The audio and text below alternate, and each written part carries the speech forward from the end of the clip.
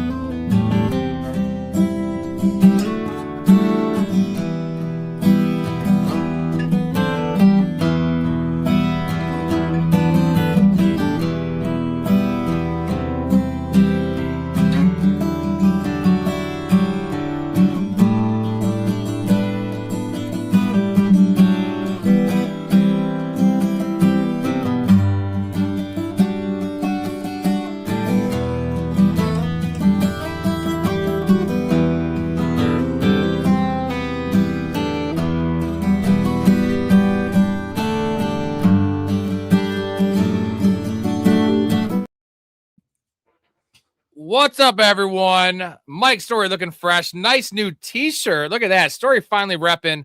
I tried to give him a hat, but he doesn't want to sacrifice his awesome 8th grade hair. Right. Had a lot of news. This is the NFC North preview. We were going to do AFC North story, but some stuff happened today we'll get into here in a second that kind of skewed us to going to the NFC North. We have Mouth in here. We also have Storey drinking scotch. Well, look at the glass. NFC North. I had to bust out the Bears glass, right? Oh, I couldn't really see it. Now I can see it. Beast made one hell of a pick today. Speaking of the NFC North, I'm guessing he's talking about our guy, Jaden Reed, who we were trying to trade up for literally 7 picks, and no one wanted to make a deal, and of course didn't fall to us. So, goddamn it, Story. It would have been awesome. Yeah. It's even better for Jaden Reed now. I know that I actually have hit Jaden Reed right up there with Xavier Worthy, and I was trying to talk you into taking Xavier or Jaden Reed over Xavier Worthy, but I think we made the right call, all things considered, even with this Jacobs news, which there's a lot to unpack there.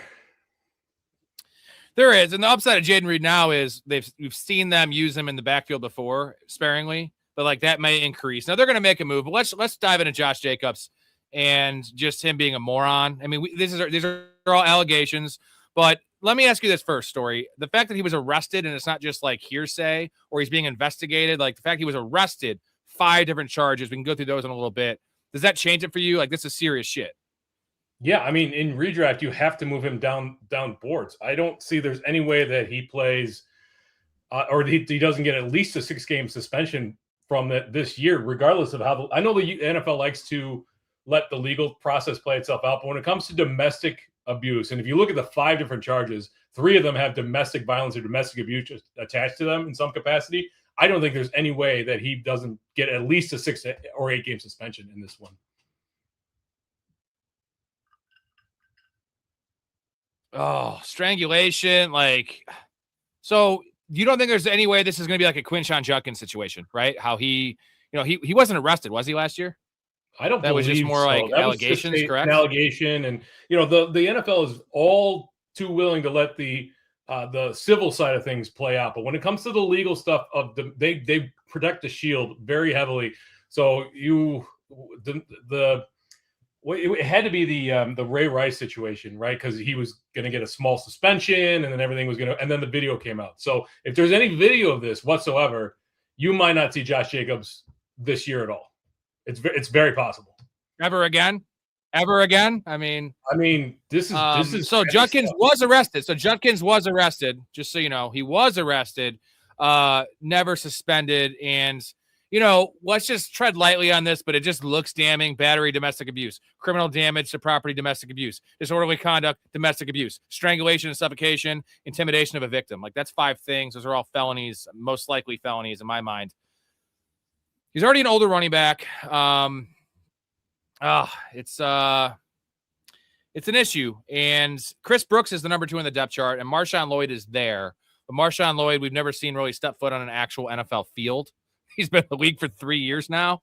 So I've been on record saying that I think they're bringing someone in even before the Josh Jacobs, allegations, arrests, whatever you want to call it, They were going to bring in a Najee Harris, a Trey Benson, James Conner, whoever is the leftover guy there in Arizona. You also have a guy like James Ford, who's probably going to get let go in Washington. Like, there's a lot of available running backs. Joe Mixon, if he ever can play football again.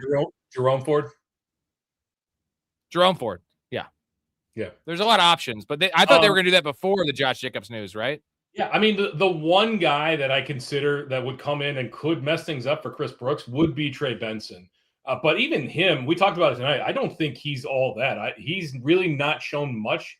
Realistically, he's an okay pass catcher, but as a running back, he hasn't shown much. And he also has issues staying healthy, dating back to Florida State. So I'm not so sure that anybody coming in, be it Najee Harris or Austin Eckler or whomever, like there's a lot of also rans that have been kind of kicked around a little bit that could, get some run. But Chris Brooks is an okay running back. Like I think it's his job to lose.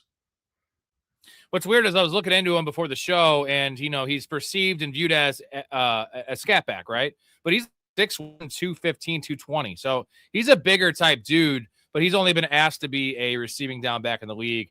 I just can't see this Packers team with essentially Super Bowl aspirations. I mean, if you take the Micah Parsons injury away last year, they were right there. They should have beat the Bears in the playoff game, right? They had them dead to rights. They can't go into the season with Chris Brooks and Marshawn Lloyd. You just can't do that, especially with being hurt. Now you lost Romeo Doubs, you lost Wicks, so you have Tucker Kraft coming off injury. There's just a lot of question marks. And now Josh Jacobs was that staple of the offense, right? A very important part, a workhorse, not the most elusive, not the most speedy back anymore, not dynamic anymore, but he was great in the passing game, good pass pro, like all around just professional running back. Now you just replacing him with a replacement level player is what they're doing. So they have to bring someone else in the room. And, I was thinking about the LaFleur brothers, right? The Cardinals have an extra running back.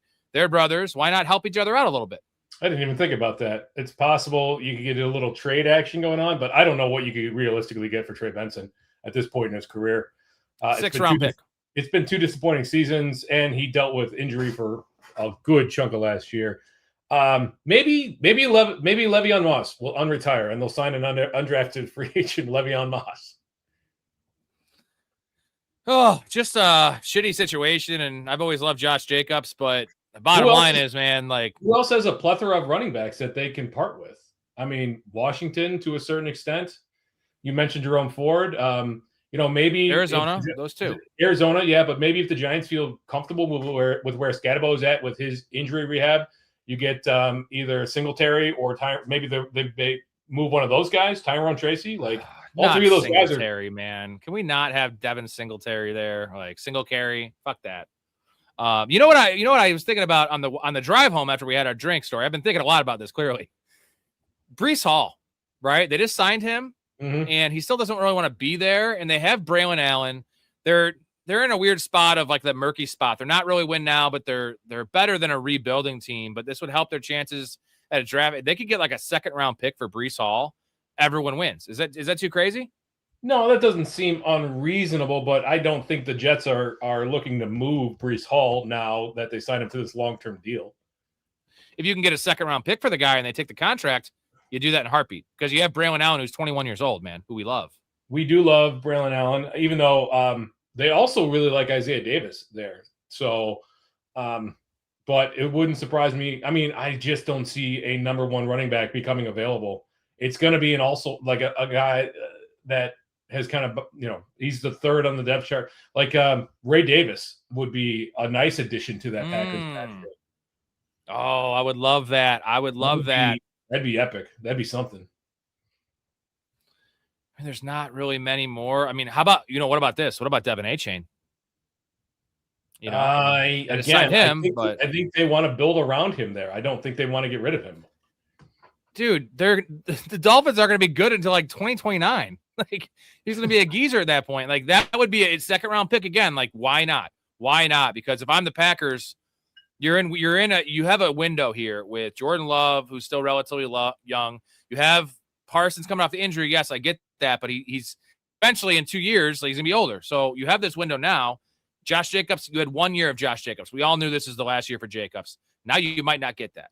I mean, maybe we're getting ahead of our skis here because we don't know anything, but unfortunately, you hear this more times than not. This is a big suspension, This where there's smoke, there's fire, and there's a lot of smoke related to this one. I was digging into it a little bit. They've been investigating for a long time. They're building a case. They've built a case here. This is not a accusation, arrest, arraignment. We'll get them. We'll deal with it in the offseason. This is serious stuff. Now, again, we're speaking this. This is all alleged. I'm not taking a judgment one way or the other. This is all alleged. But looking at it from the realities of the NFL, I find it hard to believe that it's not at least a 6-game suspension, even though this is going to take a year plus for the legal system to play itself out. And if we get pictures and it's worse than we think, which it already looks really bad, would it surprise you if they just released Josh Jacobs? At this stage of his career, coming off the injuries, you know what I'm saying? He could just be gone. They wipe their hands of the situation, and now we're going into, Chris Brooks territory, and they're going to bring someone like we mentioned, but that would not be surprising because he was on the downswing of his career. I mean, last year was really bad for Josh Jacobs. Eye test, numbers. Josh Jacobs did not have a 100-yard rushing game last season, Story. And then Emmanuel Wilson comes in for the I think it was one game he started, and he had a 100-yard rushing game. Emmanuel Wilson was a better running back last year than Josh Jacobs, at least when Josh Jacobs was hurt, right? The numbers all bear that out. The eye test bared it out. It would be tough to get out from under his contract this year. He's got 26 and 27. Then he's an unrestricted free agent in 28. His dead cap is just over $14 million this year. I don't know how much room the Packers have. So that's not terrible. It's just that extra year is going to make things a little more. Sorry, his dead cap's only 6.2. Sorry, I was looking at his cap. There you go. Hey, Caleb Johnson from Mouth. Caleb Johnson. That's a great name. Ooh. Would you give up a 5th rounder for Caleb Johnson, 3rd-round draft capital last year out of Iowa? Kind of in the doghouse. They brought in Rico Dowdle. He's the number 3 there. Right. What do you think? As the Packers, you got to make some moves here. You got to go out there and be aggressive, right? You have to be proactive too. I'd be asking the Chargers about Kamani Vidal. I'd be asking the Broncos about R.G. Harvey, right? I'd be asking for all these guys and see what the price is. And we don't know they're not doing that, but this is whomever it is going to be valuable for fantasy football. Are they going to be Josh Jacobs valuable in his prime? No, I don't think so. That was, Josh Jacobs is a different animal. But they are going to be valuable probably in RB2. Yeah, Blake says I'd be rock hard if we got Ray Davis in Green Bay. I would be rock hard for Ray Davis because we're both huge Ray Davis fans. Blake is a Packers fan and a Kentucky fan, so that's why he's speaking of his erection here, which makes a lot of sense because it would be, your dick would probably just explode. They would just explode. And, whether he's guilty or not, it's just not a good look for Josh Jacobs. And what I said to all these people is a couple of things I hate in life: mistreating animals, right? Pedos, and then people that hit women. Fucking can't stand it. Behave yourself. One of these Behave days, yourself. Alice. One of these days. Yeah, I know, Ralph. Right to the moon.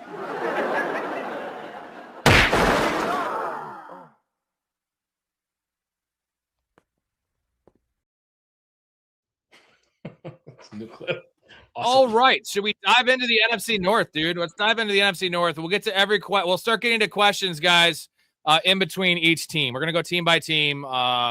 Projections. You know the drill, guys. We'll do depth charts. We'll talk about the team as a whole and then how this is going to impact fantasy. I'm using underdog fantasy for the ADP angle, and I think that's the most accurate since it's best ball and people are actually spending money on them. Dakota says, are you old enough for the honeymooners? No, I'm old enough for Family Guy, though, and I love that clip. That's the answer. We didn't watch the honeymooners, but if you're my age, you're familiar with it. It was a cultural icon for when my parents were growing up. Your parents, too. Yeah, I just know the clip, and just one of these days, I said that to my wife, that I would never touch her. I would never hit her. I do slap her ass pretty hard when we're banging, but girls like that kind of shit. Girls like to get choked. Trevor Bauer, you should watch out, though, next time. All right, NFC North preview. Story, give us the rundown here, just your general pulse of the division. And, the Packers, we got to factor this in. Also, with Micah Parsons coming off injury, Tucker Kraft. Are the Bears the team to beat? I think you might think the Lions are, though. I mean, all in all, the NFC North had a pretty quiet offseason. Not a ton of free agent moves that we expected. Some really good draft picks. I think the division as a whole probably stayed about the same, if not a little better. I know the Packers got better on defense. We hope that Micah Parsons is healthy. The biggest signing, even though it's a $1.3 million hit to the Vikings, is the signing of Kyler Murray to potentially replace JJ McCarthy as the starting quarterback there in Minnesota, right? So the other $37 million is being handled by the Cardinals this year. Can you stop saying potentially? Can you stop saying potentially? What are you doing? No, it's not until we get a name starter. I won't. Come on. I'm not going to come down on this. In any event, though, they didn't really. None of the teams had to be really active in the offseason, right? The Lions went all in on the offensive line. The Packers bolstered up the defense. The Bears didn't do a whole lot. They had an okay draft. They had some really good picks. They had some really head scratching picks.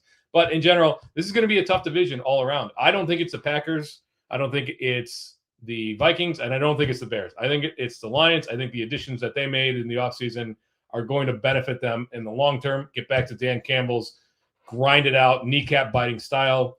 And yeah, there you go. That's my prediction. But realistically, I think this is as close of a division as we've got. Last year, every team had a positive point differential. That's the only division in the entire NFL that happened. Yeah, Bears at 3-1 to win the division is super juicy. And again, I'm not a homer like that. I'm a Lions guy though this year. I think that they're being undervalued. Last year, it was just a weird year for the Lions. I don't understand what happened because their offense was still humming. They just turned the ball over too much, and their defense was not opportunistic, right? So it was the turnover battle was a big negative for them, which we know is huge in the NFL. I just love the coaching staff there. I mean, Dan Campbell he has his guys ready to play. They buy in. I can't wait to talk about Jahmyr Gibbs later because this is nuclear stuff. A lot of it was Frank Ragnow retiring very close to the start of the season last year. I think that threw things for a little bit of a loop. The defense, you would have liked to see another edge signed, kind of like the Bears. But in general, they only gave up 413 points. I know it sounds like a lot, but realistically, that's not terrible, all things considered. They just had some bad luck last year. And they didn't take the ball away, right? It's one thing if you give up 413, you're putting your offense in good positions, but they weren't doing that. They weren't really getting after the quarterback outside of Aiden Hutchinson. So we'll see. I like the additions. Let's start off with the Bears. We're going to go alphabetical order here. Let's start with the Bears, our hometown team, Mr. Storey. 11-6 last year. Really easy schedule, but 11-6. Point differential was 441 points for, 415 against. So they won a lot of close games. This was similar to what the Chiefs were doing the year prior, right? All these late game heroics, games they were out of, that Colson Loveland touchdown against the Bengals, right? The Packers games, right. A lot of stuff like that, which we know is not sustainable. The question is, will they be forced to still win like that because the team should get better? Ben Johnson is a second-year coach now. He has experience. The playoff experience was huge. Even losing that Rams game, they were in position to win the game. The win against the Packers, this is really valuable stuff for a first-year head coach, a second-year quarterback that was pretty raw, and really young skill position players, right? Odunze is going into his third year, but he's 23 years old. Luther Burden's super raw. Colson Loveland's 22 years old. This entire team is super young. And I am on the Bears this year. I think that this is a step up, but the schedule is really tough. So which side do you lean? That it's going to be regression based on schedule and also just year two regression in terms of now they have film on Ben Johnson's offense, even though we know what it is from the Lions, but we didn't. It was different with the Bears a little bit. So yeah. What's your take on this? I think they're going to be mostly the same. And with a tougher schedule, I think we're going to see just the Bears take a step back in this division. I still think that they have the potential to win double-digit games in this division, but it's going to be a tougher road to hoe for them. They had to make some moves to become cap compliant before, the league year really started in March, and they made some good draft picks with Thieneman. They added what's his name at safety, Kobe Bryant as well. So from a defensive side, you're happy. I would have liked to see them sign another edge player opposite Montez Sweat. They only had 35 sacks last year or something like that. So they couldn't generate pressure. On the offensive side, we hope that they take a step forward. I think the departure of DJ Moore is not being factored in as much as people think. Even though he only had 650 yards receiving last year, he made some really big plays, especially down the stretch. He was really called on. So we got to hope that Rome really develops into that true number one. Luther Burden takes the next step, and Colson Loveland is just the breakout star we all think. If that all kind of comes together, then yeah, I think they can push for the division. But that's a lot of ifs. A lot of things have to go right for this team. And a lot of things went right, luckily, last year. It's just going to be more difficult for it next year. The point differential, it says it all, 441 to 415. If they give up 440 points and they only score 400, this is going to be a bad year for the Bears. Derek, shout out to my team in the Dynasty League, Arrested Development. He's calling his team Arrested Development because he drafted Rashee Rice, and he had Josh Jacobs already drafted. He drafted him 2 or 3 days ago. And that's not good because, goddamn, Josh Jacobs, you were in a win-now mode with that pick. We all knew the Rashee Rice situation when he drafted him. That was a fine pick because we don't know about that. And we don't know about this either, but he would have gone, if we had this news now, where would Josh Jacobs have gone? Round 8, round 9 in Dynasty? It's a risky pick. Yeah. It's a risky pick in every format. Like, if in best ball, where would you take him? Round 10? Like, you have to assume that he's not playing 6 games this year. Right. There's the upside. No, there's an upside that he plays every game because of Judkins situation. But there's also a downside. He doesn't play again. He doesn't play this year. So he was going round 3. I would say round 7 is in these big tournaments. You want to take swings, right? So it's probably worth a swing because you're not winning the tournament most likely if he doesn't play, but it's not tanking your season. You can still advance a couple rounds. One thought on your DJ Moore point is it made a good point. Like he was, I don't know, he's like overrated in terms of fantasy last year because he wasn't getting the volume. He was running a lot of routes and they were using him as a very important sacrificial player because he carries a lot of weight. People respect DJ Moore in the NFL and he's a good player, right? Big play merchant, also really good with the ball in his hand. So if you're going to replace DJ Moore, I know like what you're replacing in terms of fantasy value and stats is not going to be a 1-to-1. But if you're replacing him with, is it Xavier Thomas, the rookie? Or is it Khalif Raymond? He's not going to. Khalif Raymond's more of a gadget guy and a slot guy, but whoever it is, you're going to be replacing him, and they're not going to require the same attention from the defense, right? Yeah, I get that, but so what does that mean for Rome Odunze? Can he ascend to be a true number 1? Can Luther Burden take that next step? We saw. I mean, I loved his yards per route run last year, but they didn't really feel comfortable using him in a full-time role. Colston Loveland definitely came on towards the end of the season, but they were throwing the ball all over the place in the second half of the season. So I'm just a little worried that, you mentioned another year, Caleb Williams, he didn't take the step forward last year like people were hoping. It was fine, but his inaccuracy is still a problem. His patience in the pocket is a bit of a problem too. And so you get a full year of a Ben Johnson offense in a team that the Lions won the division 3 years in a row prior to that. The Packers have been in the playoffs for the last 10 years in a row prior. Like there's a lot of concerns, I think. Miles, good work, Derek. Karma has allowed the league to equalize because Derek had all the draft capital in the world. So like that now he's on an even playing field because of legal stuff, possibly. Also, I gave the perfect Bears analysis in the chat. Also, this should take care of most of our draft. If we do hit the goal, guys, we'll do a draft at the end of the show. $5 more, guys, or sub to the Patreon. Yeah, if you sub to the Patreon, we do a draft, and also I chug a beer just for you. But yeah, if you want to get in there, get in the Discord, you can check out the deeper analysis we do outside of the show, right? We still answer questions, have all these conversations in the Discord. It's essentially an extension of the show. Appreciate you, Mal. Thank you. Also, guys, Downtown Sports. If you're not watching it, if you're not sub to it, so what are you doing? You should probably do that. It's only 1 or 2 shows a week, every Tuesday, and sometimes they do Tuesdays and Thursdays. Downtown Sports, 23 platforms. They're having the voice of the Clippers on this week. They had Noah Eagle on a couple weeks ago. I was in that show. Storey, you've been on the show. Every platform you find podcasts, or just go to YouTube, search Downtown Sports, where sports come home. Storey, Caleb Williams had 29 passes dropped last year, 3rd most in the league. You add that with his super erratic throws at times, right? He makes the greatest throws in the world, and there's a guy in the flat, and he throws it, Anthony Richardson's it essentially, like 4 yards over his head. I'm comfortable saying he's going to clean most of that stuff up. But the drop passes is a thing. So he had the lowest completion rate in the league last year, and we're not hiding from that. But he also won a lot of games, and I hate throwing the term clutch around, Storey. I know you hate that term, but Caleb Williams has proved he's clutch in college and in the pros. He has. He's got the it factor.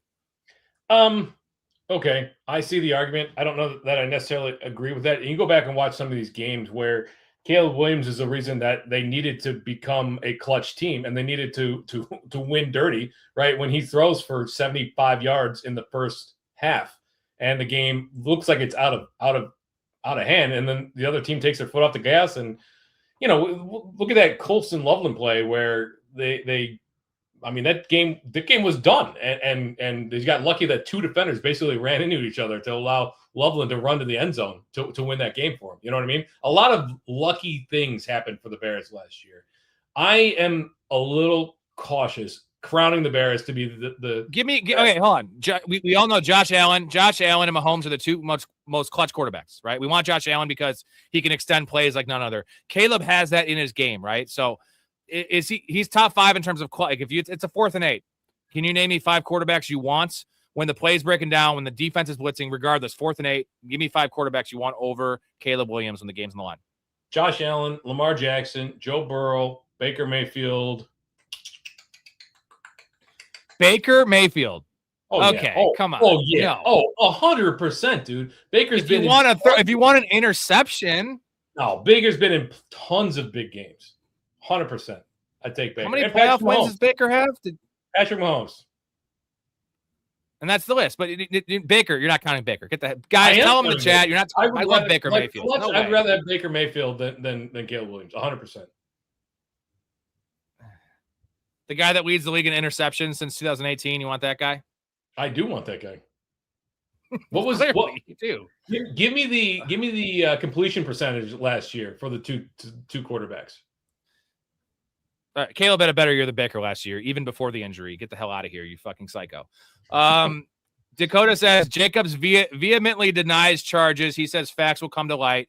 I do like seeing that, but also it's one of those things where isn't that what everybody says? Like OJ said he was innocent. Everyone says they're innocent. Like no one's like, actually, dude, I beat the shit out of her and the facts will come to light. You'll see the pictures, guys. I whooped her fucking ass. No one's going to say that.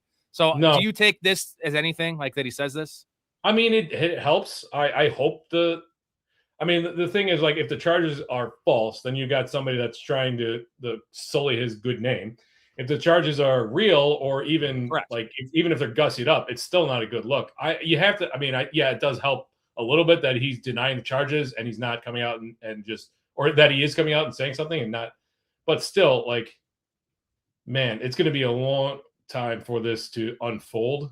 And this is like, the NFL is already under a ton of pressure from on the domestic violence front. I just can't imagine them turning the other cheek on this, even being like, yeah, we'll let the process play out. The upside is it's May, and the real money redrafts aren't. We're gonna have a lot more answers probably in a week. We'll definitely have answers in a couple months. Can you imagine Derek says Ben Johnson terms. Sorry, can you imagine if this happened on August 26th? People would be flipping out. Yeah, I know. Well, good timing. Well, the thing is, you said they were building a case for a while, so that's not a good wrinkle that you just let us know there. Derek, in Ben Johnson terms, Burden equals St. Brown, Rome equals Jameson. That is accurate, right? Burden's going to play more of the slot. They're not Arthur Burden's like 6'2", but he is really good with the ball in his hands. He is. I mean, he's great really with the ball in his hands. Yards per route run, like I mentioned, that's a very sticky stat, or a very predictive stat, and he was excellent as a rookie wide receiver last year. Loved him at Mizzou. The problem is he didn't play a lot either to start the year or even to kind of on the way out. So I would assume that he steps up into 2 wide receiver sets, but maybe they run a bunch of gadgety packages and Luther Burden isn't on the field as much. I just have I don't know, like, as good as he was as a rookie, we got to remember the first 10, 11 games. It was a rough go for Luther Burden. Now, DJ Moore was there, but again, we talked about it, like his target share, his yards, his receptions weren't what you would expect from a true number 1. Hell yeah, GT. Shout out GT. Been a while since I've seen you, brother. We love you. We love GT around here. He's our dude. Let's get a couple more comments in before I move to the wide receivers. Let's see.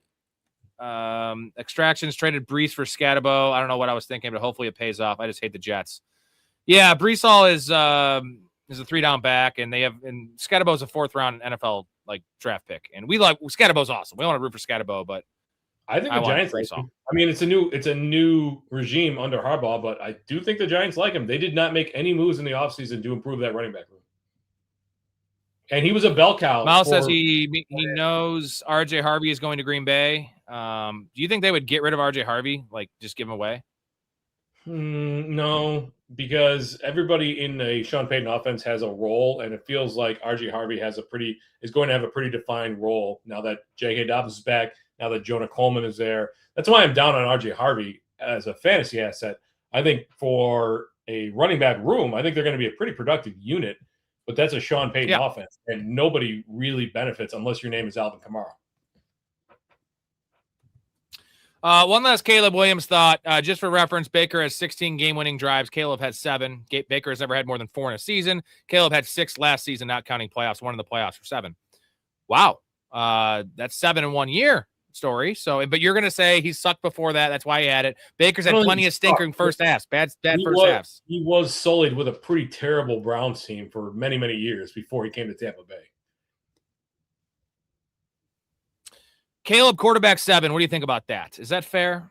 Seems about rushing right. ability? But, yeah, as much as the passing game, and so a lot of what I'm talking about is just from a real life perspective. But as much as the passing game leaves a lot to be desired with Caleb, yet he could certainly make some strides. For the rushing is there, the scrambling, the RPOs, the designed runs, a lot of that is still there. So from a upside on a fantasy, sure, give me Caleb at 7 all day long. All right, let's move on to running backs here. The Bears running back. So I have a running back stat for you. DeAndre Swift beat Kyle Monangai last year in yards per carry, rush yards over expected per attempt, yards after contact per carry, missed tackles forced per carry, and Pro Football Focus rushing grade. So essentially 5 big guys there, big stats, big metrics. He beat them, and Swift is going RB23. Monangai is going RB33. This is underdog ADP. Do you like both these guys? Do you like neither of these guys? And who do you prefer? At that ADP, 23 and 33. Yeah, if you dig in a little bit further, I do prefer DeAndre Swift because of the pass catching upside. When you have a mid to late round running back like Monangai, especially as a 6th round pick, and where's he being drafted in best ball? Like 8th round, 9th round? 20, for who? Monangai. Yeah, pick like 98, so 8th round, and Swift is like a 6th like round. a late mid-round guy. His a pretty predictive stat for running back success in year 2 and year 3 is yards per route run, because we want pass catching upside for our running backs, and Monangai doesn't really seem to have that. So I'm actually back on the Swift train here. Yeah, 23 is nice. It's just, I don't know. It's when one end of it, it's like it's definitely a committee, but most running back rooms are. But the plus side is you're tied to what should be a top 10, top 12 offense, right? Like they're not going to take a massive step down. If anything, it's the defense and the team as a whole in terms of the record is going to go down. But this should be a more productive offense because the early part of the year it was rough, and then early part of games was rough. Ben Johnson's going to clean that up. He's going to clean that up. So I'm in.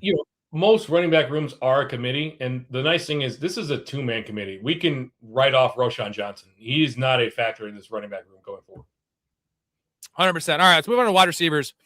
So we have Luther Burden going wide receiver 24, Rome Odunze going wide receiver 27. This is the Luther Burden stat. Luther Burden's 2.69 yards per route was the highest by a rookie wide receiver with 50 targets since Odell Beckham in 2014.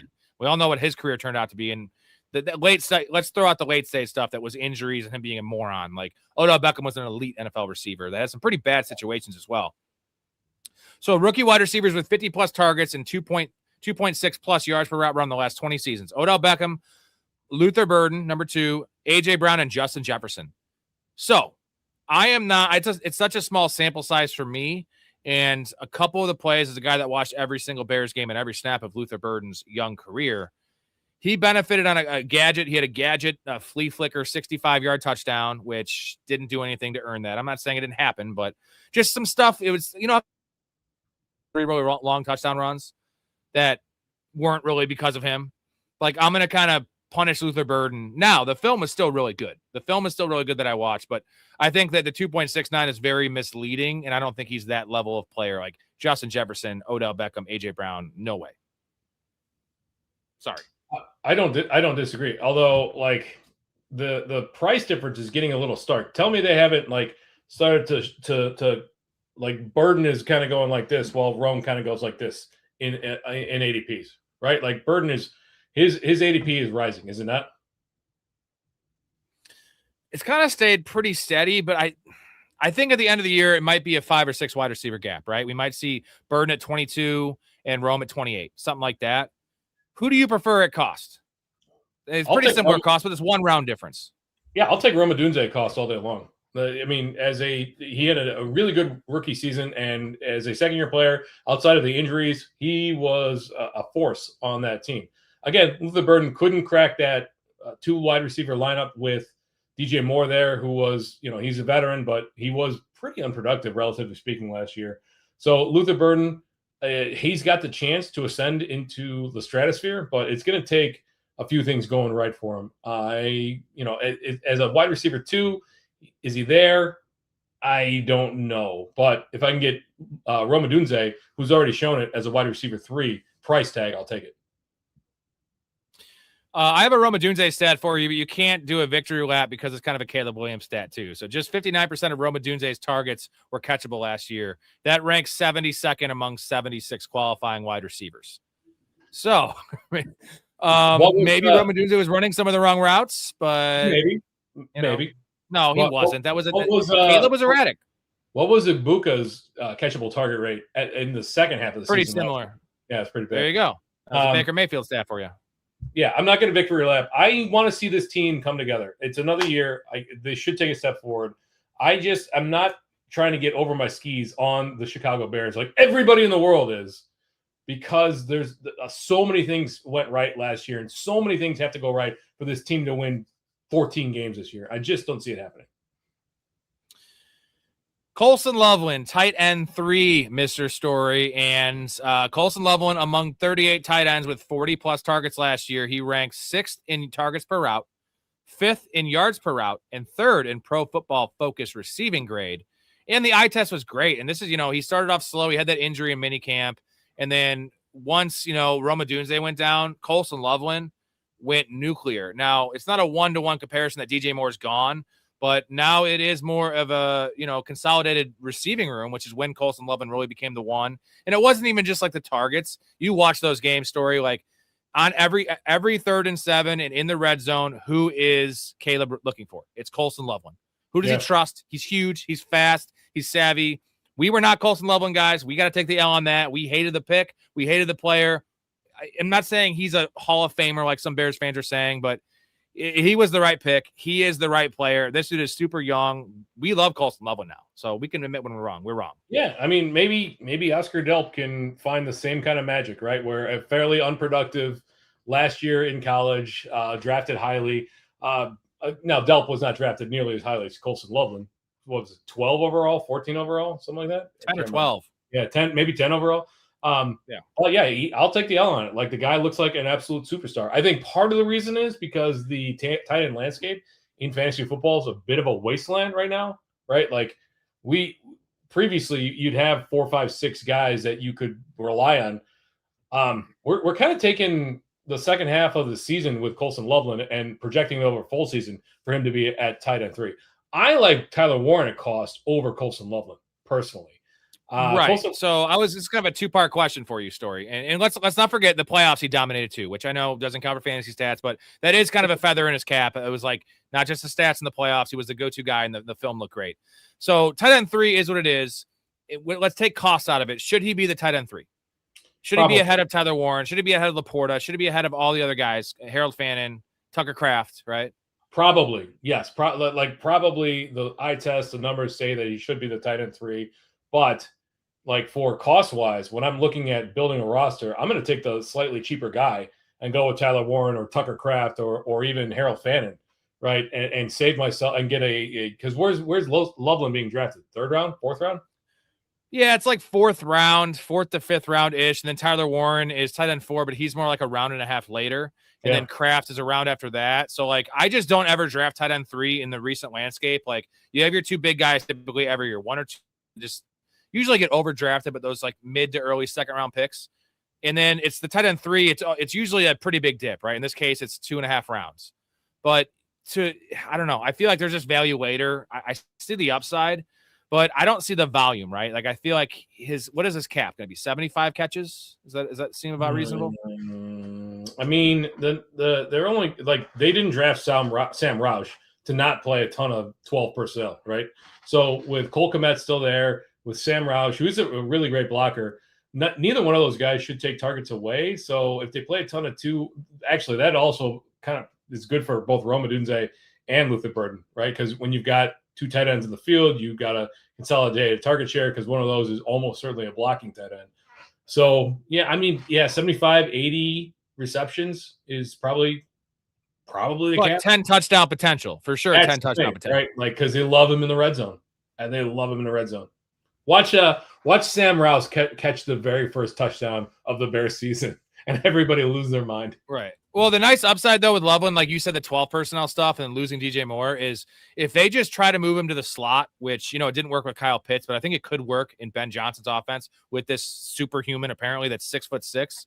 That would be nice, right? If he just plays essentially the kind of remember how Tyler Eifert was utilized there in Cincinnati.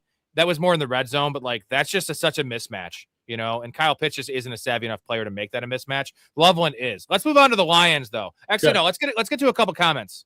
Get to them comments. I gotta go refill. I'll be right back. Take a piss. Yeah. All right. Let's see where we're at.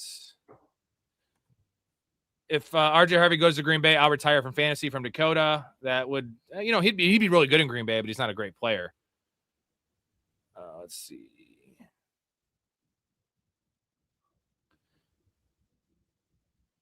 I see why a listener of the show went all in on their fantasy draft. Bears. Well, we're not giving Bears. I mean, Storey hates the Bears. Honestly, like we're both Bears fans. He's actually against them more. I am. I'm lukewarm on the Bears. With what we saw last year, I can't hate on them. Chaz and Ray they're not listeners. They're guests on the show. They're co-hosts. They love the Bears, so they're kind of drafting with their heart. Goff year one was bad. That is true. Caleb was average with flashes of Allen. He's a young player, man. Very, very raw. And, I'm not even the biggest Caleb guy, but what I saw last year was I see the path to being elite. The path. He's not there yet. So people tell you he's there. I saw that, who is it? Colin Cowherd had fucking Caleb Williams as his fourth best quarterback in the NFL. Like, that's crazy. I don't even put him in the top 10. He's right there. And if he does this again, right, it was the same thing with Jaden Daniels 2 years ago. Not there yet. And he went to the NFC Championship game. Caleb was close. But one more year of this, and then we'll have something for sure. All right, while story's on, I'm going to hit you guys with the intro, and then we will get to the Detroit Lions as the next team. So see you guys in 28 seconds.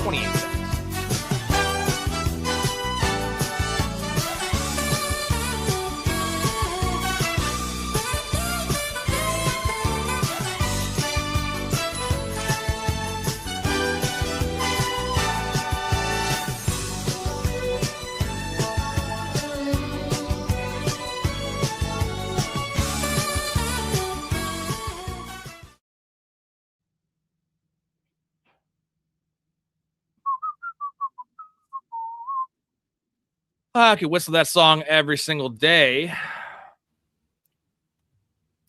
Hatcher, it's because there's two streams going. I have a vertical and I have a horizontal. You're in the horizontal, unfortunately. It's a better viewing experience. I like to have two up there to get more traffic in here. So most people are in the vertical. So you guys can switch as you will. But, yeah, most people are in the vertical, just so you know. What's going on, PZ? Let's move on to the Detroit Lions, who were 9-8 last year, 481 points scored, 413 points against. It was the opposite of the Vikings. It's like, we'll get to the Vikings in a little bit, but the Vikings is like, how did the Vikings win 9 games last year? How did they just overcome that shitty quarterback play and the bad defense early in the year?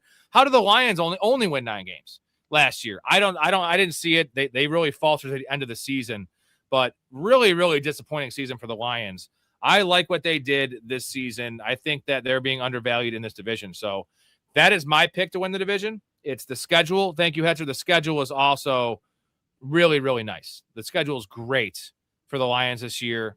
That last game they lost, blessing in disguise. I know Dan Campbell doesn't play football like that or manage his team like that, but it's a fourth place schedule. and that is nice. They played the division really tough. Jared Goff is still in his prime, literally 33 touchdowns every single year. But let's move to the fantasy angle here. I want to get Storey's take. He's taking a long ass time to make his mixed drink. Yep. He's got to put a fucking umbrella in it. We're talking about the Lions, 9-8, 481 to 413 point differential. Crazy that they went 9-8 I feel like they were better than that last year. So give me your pulse on the Lions. You like them. This is your pick to win the division. Yeah, it is my pick. Last year, a lot of it came down to some bad luck. Frank Ragnow, I mentioned, he retired early. He tried to come back in November, but he didn't pass the physical. So that there was a lot of things that didn't kind of add up for the Lions last year. But they realized that the offensive line was a big issue for them. And that's why I'm really excited about Jahmyr Gibbs, right? They signed Cade Mays, right? And they drafted Blake Miller out of Clemson. I think these two guys are going to make a huge difference on that offensive line. I mean, you can move now Ratledge and Mahogany around, right? They had some mixed results in their first couple of seasons, but this opens things up a lot for the passing game, for the running game. They felt comfortable letting David Montgomery go in free agency. That means should spell big things for Jahmyr Gibbs. I think everything's going to work itself out. I think Dan Campbell is a smart coach. I think he's going to get this team back on track. And they did allow like 24 points per game last year on defense. So they've got to improve. But Aiden Hutchinson is a bit of a monster. He's a bit of a beast. I'm excited for this team. I think, Are you worried about Drew Petzing? Are you worried about Drew Petzing? Because Mal says Drew Petzing is going to make Sam Laporta pop. We love Sam Laporta, but are you worried about Drew Petzing, or are you confident that Dan Campbell, he's going to do what he did last year? If it's not going well, you're going up in the booth, dude, and I'm calling fucking plays. So do we know yet who's calling plays? Like, is Campbell going to start? Yeah, good call. I hope he is. I hope Campbell just calls the plays, right? That's what I'm saying. For everyone involved. Yeah. I don't know. Like, also, there's question marks about whether, like, how much Penei Sewell is going to play this year, right? Like, all pro, but he played. He plays on the right side, but that's basically all that Miller played at Clemson was on the right side. So do you move Penei Sewell over to the left side? There's some question marks that they got to kind of open up on the offensive or answer on the offensive line. I'm not too worried about it. I think Dan Campbell, if things are not going to go well, he's going to take over play calling. I think things went better from an offensive perspective when he took over play calling last year. Yes, definitely. So Jared Goff, quarterback 15, Mike Storey. I got a Jared Goff stat for you. Jared Goff scored 3.4 more fantasy points per game than expected in 2024 and 3.2 more than expected last year.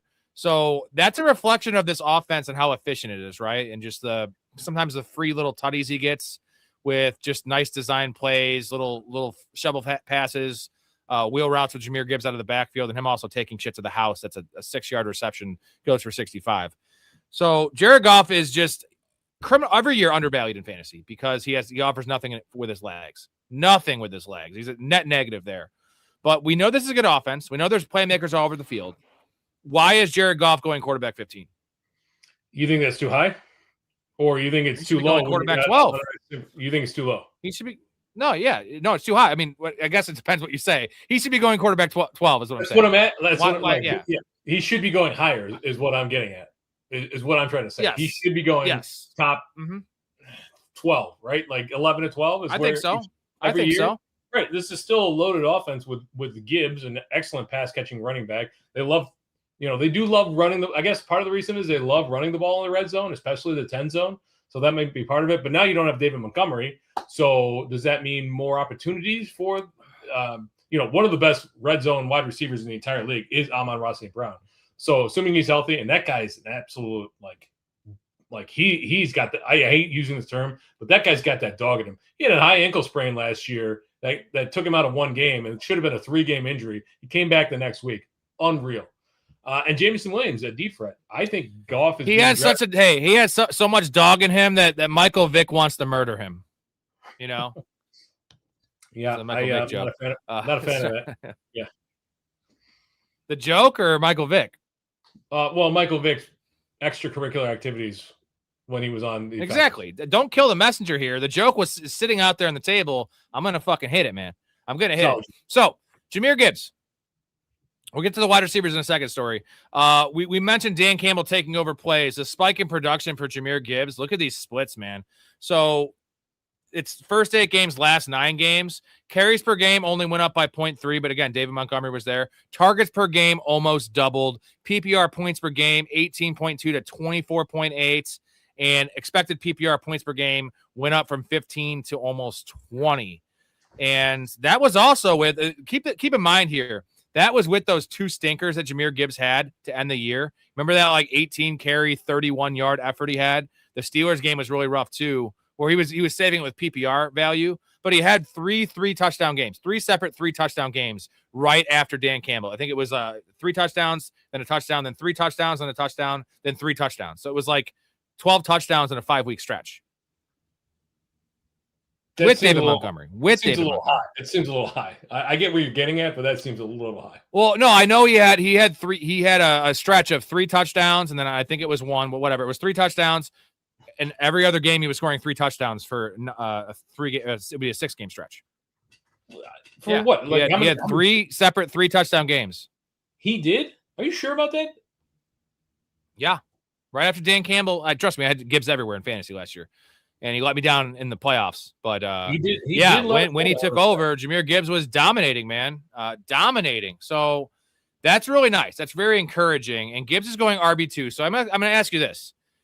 You've been on record saying you want Bijan over Gibbs at RB1. True. I know you said that for our dynasty team, and I said I want Gibbs. It's not even close. Are you in full PPR? Which one are you taking? So you still on Bijan? Small point of order.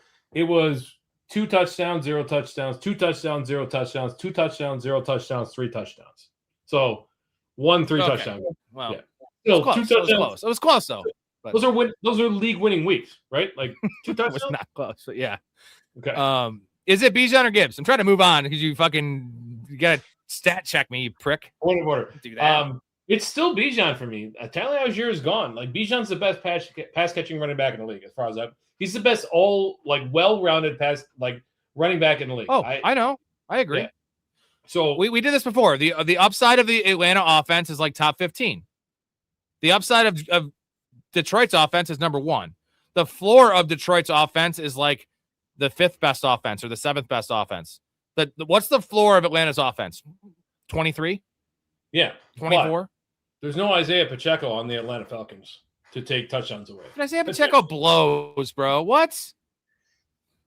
So you're trying to say that you're more worried about Isaiah Pacheco than you are about Brian Robinson Jr.?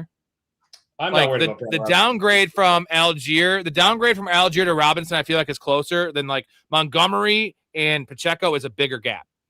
Like Montgomery, they love Montgomery. Do they love Montgomery there though? They love him. Come on, dude. Brian Robinson Jr. You think they're giving Pacheco goal line carries? You think they're giving Pacheco like 40% of the goal line looks? There's no way. That's what they're giving Montgomery. I think Dan Campbell is very comfortable with a committee, and but when you're crazy, no way. You're worried about Pacheco? I can't believe this. No, I still think Pacheco post shin injury has been awful. There's a chance he comes back to form, but he's also David Montgomery's 230 pounds. Isaiah Pacheco runs really hard, but he's not a power back. It's like not a power back at all. I'm not worried about that. I just don't see that they're going to give Gibbs a 90% opportunity share, which is what you would need in order to overtake. No.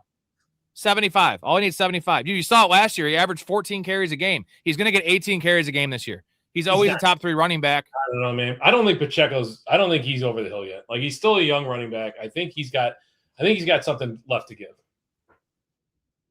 And so we've seen it year in and year out, a committee, right? Pacheco RB45. You're on that, right? As a playable handcuff. I'm not on that, but that's the only reason that I'm taking Bijan. That's not the only reason.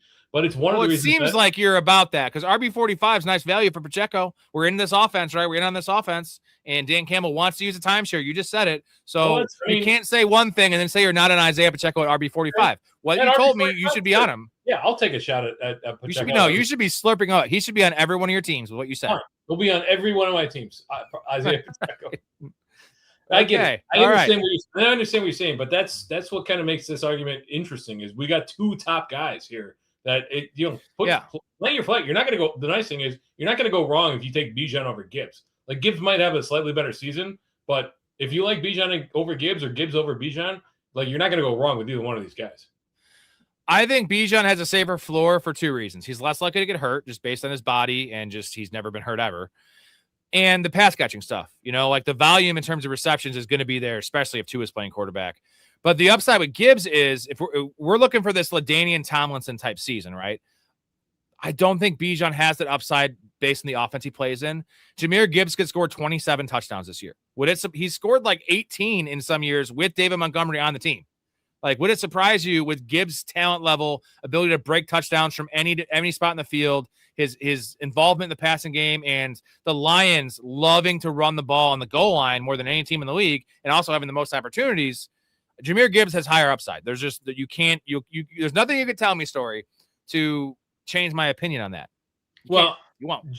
Gibbs had 20 touchdowns in 24 when the Lions scored like 600 points, and that's just not going to happen. That was with David Montgomery, though.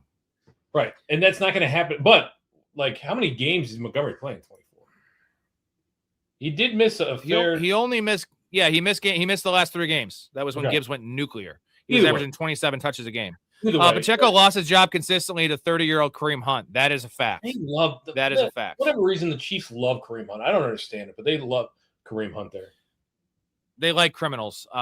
They should probably trade for Josh Jacobs. All right, let's get to this dynasty question real quick before we get to the wide receivers and the Lions. Ladd or Olave and 227 first for Chase, Amon-Ra, or Puka. Ladd or Olave and 227 Chase, Amon-Ra, Ladd or Olave. I would trade Ladd. If I'm choosing to trade one of those, I'm trading Ladd over Olave, and then it'd be 2027 first, and I would want Jamar Chase.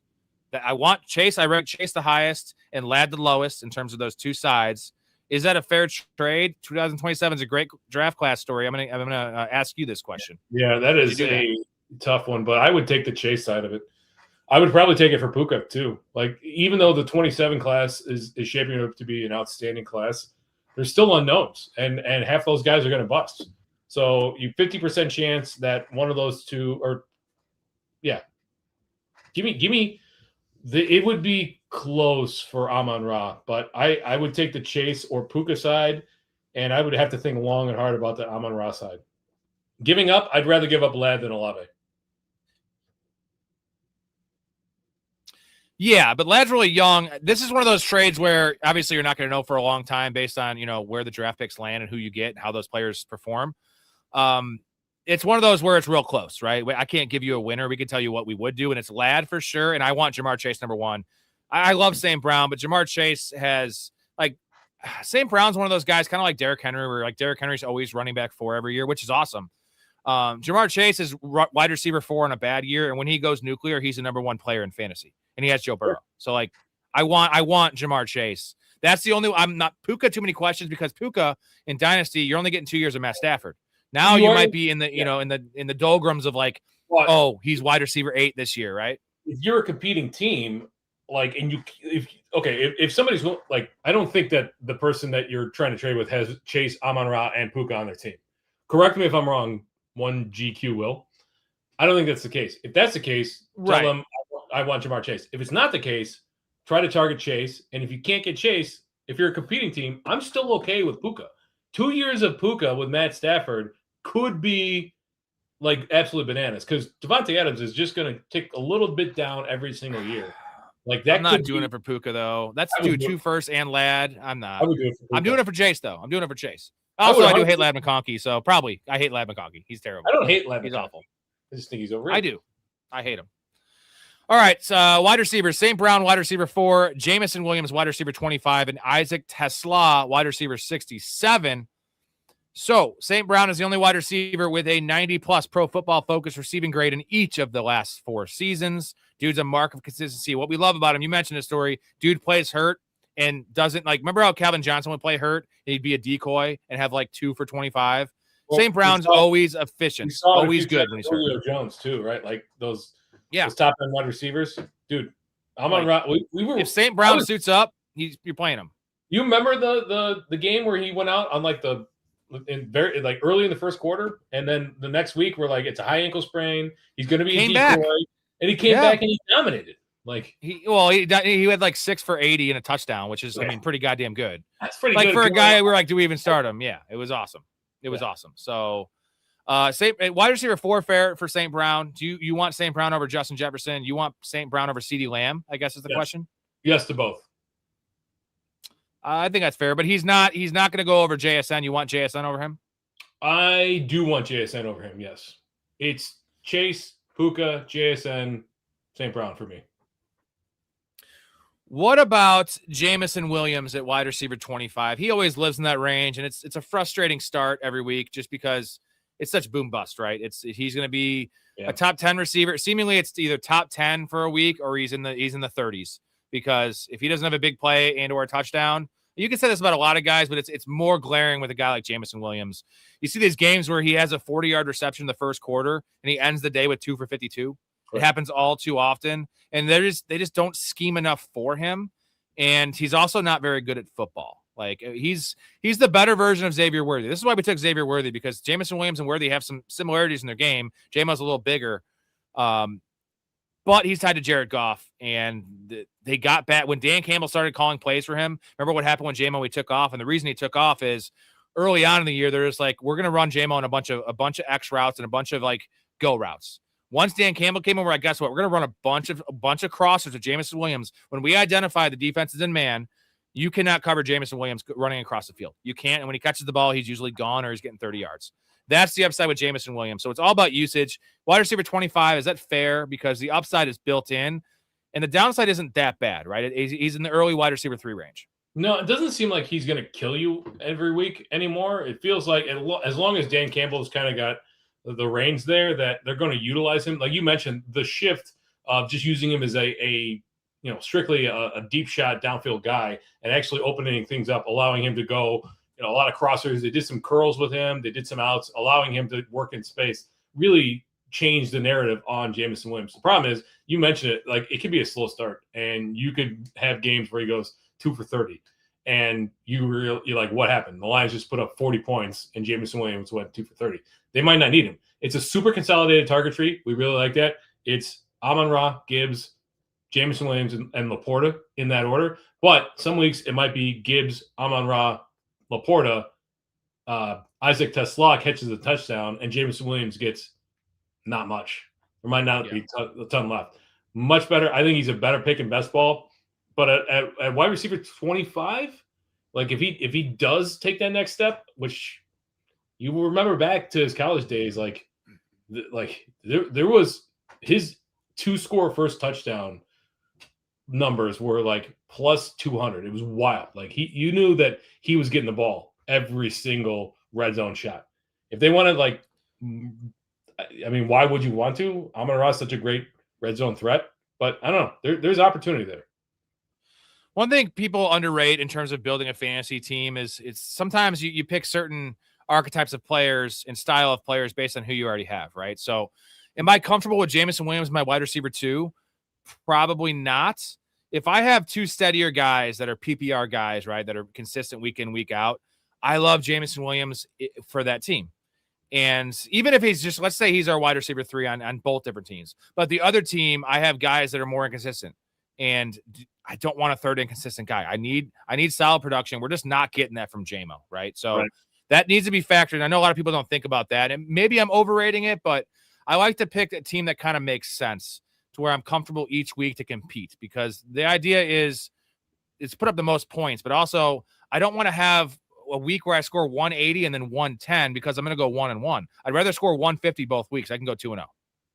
Yeah. So if you've got, if you've got steady Eddie guys in front of Jamison Williams and he's your wide receiver 3, you're pretty comfortable with that pick. But if you take some guys that are wild cards, you're going to want a much more like middle. Like if Garrett Wilson's my wide receiver 2, I'm less likely to take JMO as my wide receiver 3. That's a good example. If I have a Lad McConkey, though, and he's inconsistent too, but I feel like he's more of a floor play, I would want a guy like JMO to get the upside. Just names tossing out there. No, yeah, I get it. I'm just trying to think through, because there's team builds where Jamison Williams can absolutely help your team, right? Yeah, Isaac Tesla, Storey, wide receiver 67. I love him for a bench receiver for the one reason that he is essentially a wide receiver handcuff. We don't have a lot of these guys because the targets are earned, but Tesla is a touchdown merchant, and he wouldn't fill the 1-to-1 role for either of these guys. But for Tesla, it's just, can he see the field? And I would project probably, because Khalil Freeman's out, gone this year. What would you say Tesla's snap share will be this year? Is it 50%? Yeah, I do expect they're going to play a lot more 12 personnel, just like everybody in the league is going. So 55% seems about right, I would expect. But even when he's on the field, he doesn't get targeted outside of the red zone. Like, he's gonna pop his head up for 5-6 touchdowns probably this year with this team. But and he makes some incredible catches, but there's just starting him outside of best ball. I mean, you don't start in best ball, but like starting him in a regular redraft league, I would be terrified. Well, no, but he's wide receiver 67, so he's literally a wide receiver 7 almost. Wide receiver 6. Yeah. So being a wide receiver 6, that's the perfect bench guy because he has built an upside based on injury. For sure. Yeah, Jamison Williams is not a health guy. How long are you holding on to him? Because you're not dropping Blake Corum. You're not dropping Tyler Algier, right? You're not dropping any of these bench running backs. He's probably your first guy off of your roster. So I don't even see a real reason to draft him. Would you rather take, I'm trying to think, like Trey Tucker's not a good example. I'm trying to think of a player, Trey Harris or Isaac Tesla on your bench. Because Trey Harris could emerge as the number 3 receiver, but you know what I mean? Like Tesla has a an injury upside baked in with Jamison Williams, who also could get suspended. Who knows? I'll tell you this. The rumors are now that Keenan Allen is welcome back in Los Angeles if he wants to come back. If he doesn't sign before the start of the season, then give me Trey Harris over Isaac Tesla.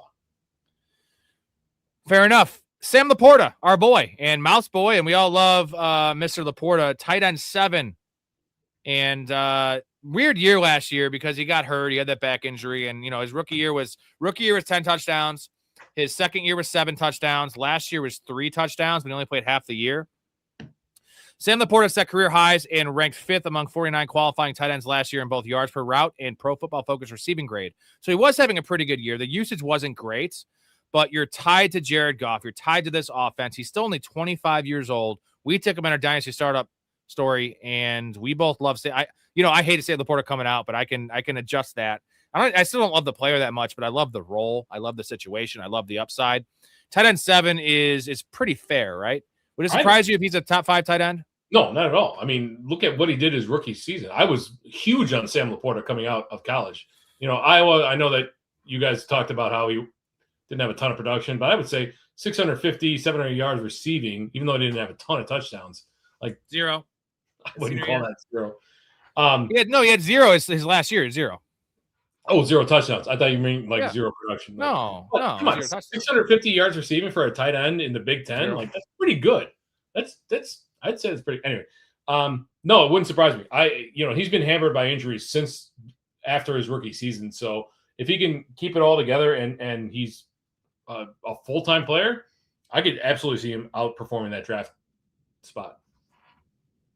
So me and Ray had a 15-minute argument in one of the best ball drafts, and he took Colson Loveland in Dynasty, and this was a redraft conversation mostly. And I was just trying to tell him that Sam Laporta is better value this year than Colson Loveland. He's like, "You're fucking crazy." And I'm like, I don't like Colson Loveland going at pick 45 or Sam Laporta going at pick 85, 40 pick difference. Like, I'm not saying Laporta is going to have a better year than Loveland. I'm saying he doesn't have to have better value. It's not even close to me. You agree?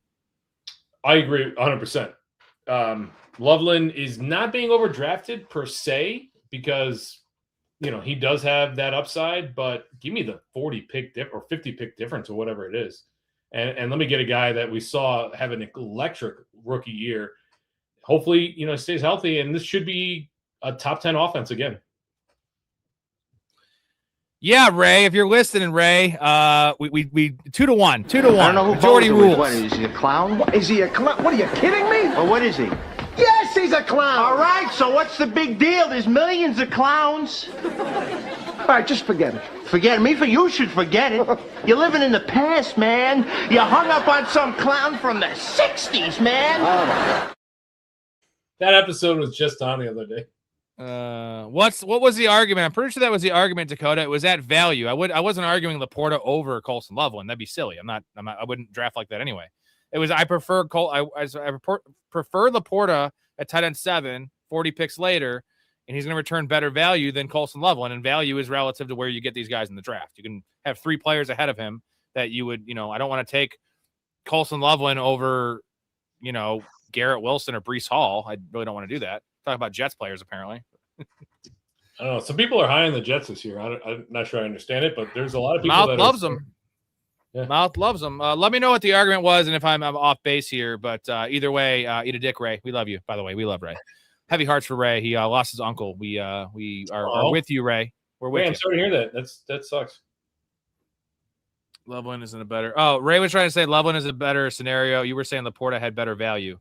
Right. So he was arguing something totally different. But I'm just talking value because we're talking fantasy. Let's move on to the Packers. The Green Bay Packers. We chatted about Josh Jacobs earlier, guys. If you missed that, just go back to the beginning of the video later and you can check that out. Packers 9-7-1 last year. They had that crazy tie against the Cowboys. 391 points forward, 360 points against. What do you think about the Packers? I know you were low on them before. Now the Jacobs stuff. We still have the Parsons question mark. So there's a lot of ifs in this team. They lost a lot of receivers. I'm a LaFleur guy in the regular season. He's very good in the regular season. No first round pick. Well, sorry, I didn't realize you were kicking it back to me. I was pouring another beer. So no first round pick. This there's a lot of ifs on this team. If Parsons is available for week 1, but that was a significant knee injury. Yeah, I don't think so. I think the roster's good enough to contend for the NFC North, like at least for a wild card position, although they haven't been much better than the wild card the last 3 years. If he needs time to rehab, if he's not there to start, then they didn't make a whole lot of moves in the offseason. I get a little concerned that this team didn't, they had some glaring holes, and they didn't really make any big moves in the offseason to kind of fix those. So there's no depth behind Parsons. So if he's not ready, who's stepping up to Luke Van Ness? Okay, I guess he hasn't been much of anything there. Defensive line looks okay. They improved their numbers, but this team is they've gone downhill every year for the last 3 years, or not downhill, but they've taken a step back. So with this Jacob news, they've got enough time to kind of right the ship, but that is going to send some shockwaves through the organization. Does LaFleur have it in him to coach his team back to the top of the NFC North? And I just don't see it. There is we'll get to it from a fantasy perspective, but I do like the consolidation of targets from the wide receiver room. Yeah, finally. Jordan Love, quarterback 18, which is it's weird that he doesn't run very often. He's definitely capable, but he's typically always, last year he had the concussion and some lower body stuff, but it's always lower body stuff with this kid, ankles, hamstrings. But Jordan Love completed 71% of his passes at 8.4 yards per attempt with Tucker Kraft through week 8 last year. He sank to a 61.9% completion rate with 7.0 yards per attempt without Kraft. So that was a big loss. Tucker Kraft was a beast last year. Is this all because of Tucker Kraft, or did Jordan Love start playing worse? Because we've seen him have these 3-game stretches that are all-time great, right? It's 12 touchdowns or 11 touchdowns or 10 touchdowns and 1 pick. And then he'll have the next 3 games, and it's literally three touchdowns, 5 picks. Yeah. I wouldn't even say those stretches are his fault. They just don't need to. There's a lot of times where they don't need to do much with him because LaFleur loves the running game here. LaFleur is married to the running game. So this Jacobs news throws a lot of things into whack. I mean, it's a big monkey wrench. Or I don't know. Love at 18, I can't see drafting him in a single quarterback redraft league. I just don't know what upside exists. You mentioned it. There's a little bit of scrambling, but not really much. Not what we thought coming out. Wicks is gone. Dobbs is gone. They basically wasted 2 first-round picks. They didn't have a first-round pick this year, and Golden clearly not a first-round pick. So they need him to take a step forward. Even if he takes a step forward, like, was he worth the 19th overall pick 2 years ago? I'm not so sure. And here's the issue with Love, where he's not in the quarterback 1 range. He's quarterback 18. I like my second quarterback, unless I'm taking a shot on a inconsistent guy, but there's not a lot of those guys going as starters, like a scrambler or unproven guy. I would want a safe guy. My second quarterback's always an upside shot, typically, if I'm going to take one. It's a Malik Willis. It's something like that, right? It's Baker Mayfield, Tyler Shuck, guys like that. Like Jordan Love just seems like a floor play to me. And I don't see any reason to take him as my quarterback 2, besides just having a guy that can be, a fringe quarterback 1 most weeks, I guess. But like rarely does he have consistent stretches of like, this guy needs to be in my lineup. And I just don't like taking guys like that. Mouse says the return of Joe Mixon and Nick Chubb. We didn't mention Nick Chubb. We didn't. Yeah. Yeah. I think Joe Mixon's done. I think Joe Mixon's dust. He's done. Foot injury was ominous. Nick Chubb is probably done too, though. But I have more faith in Nick Chubb than Joe Mixon. I can see Nick Chubb having a twilight season where he comes out and he runs for 750 yards or whatever it is.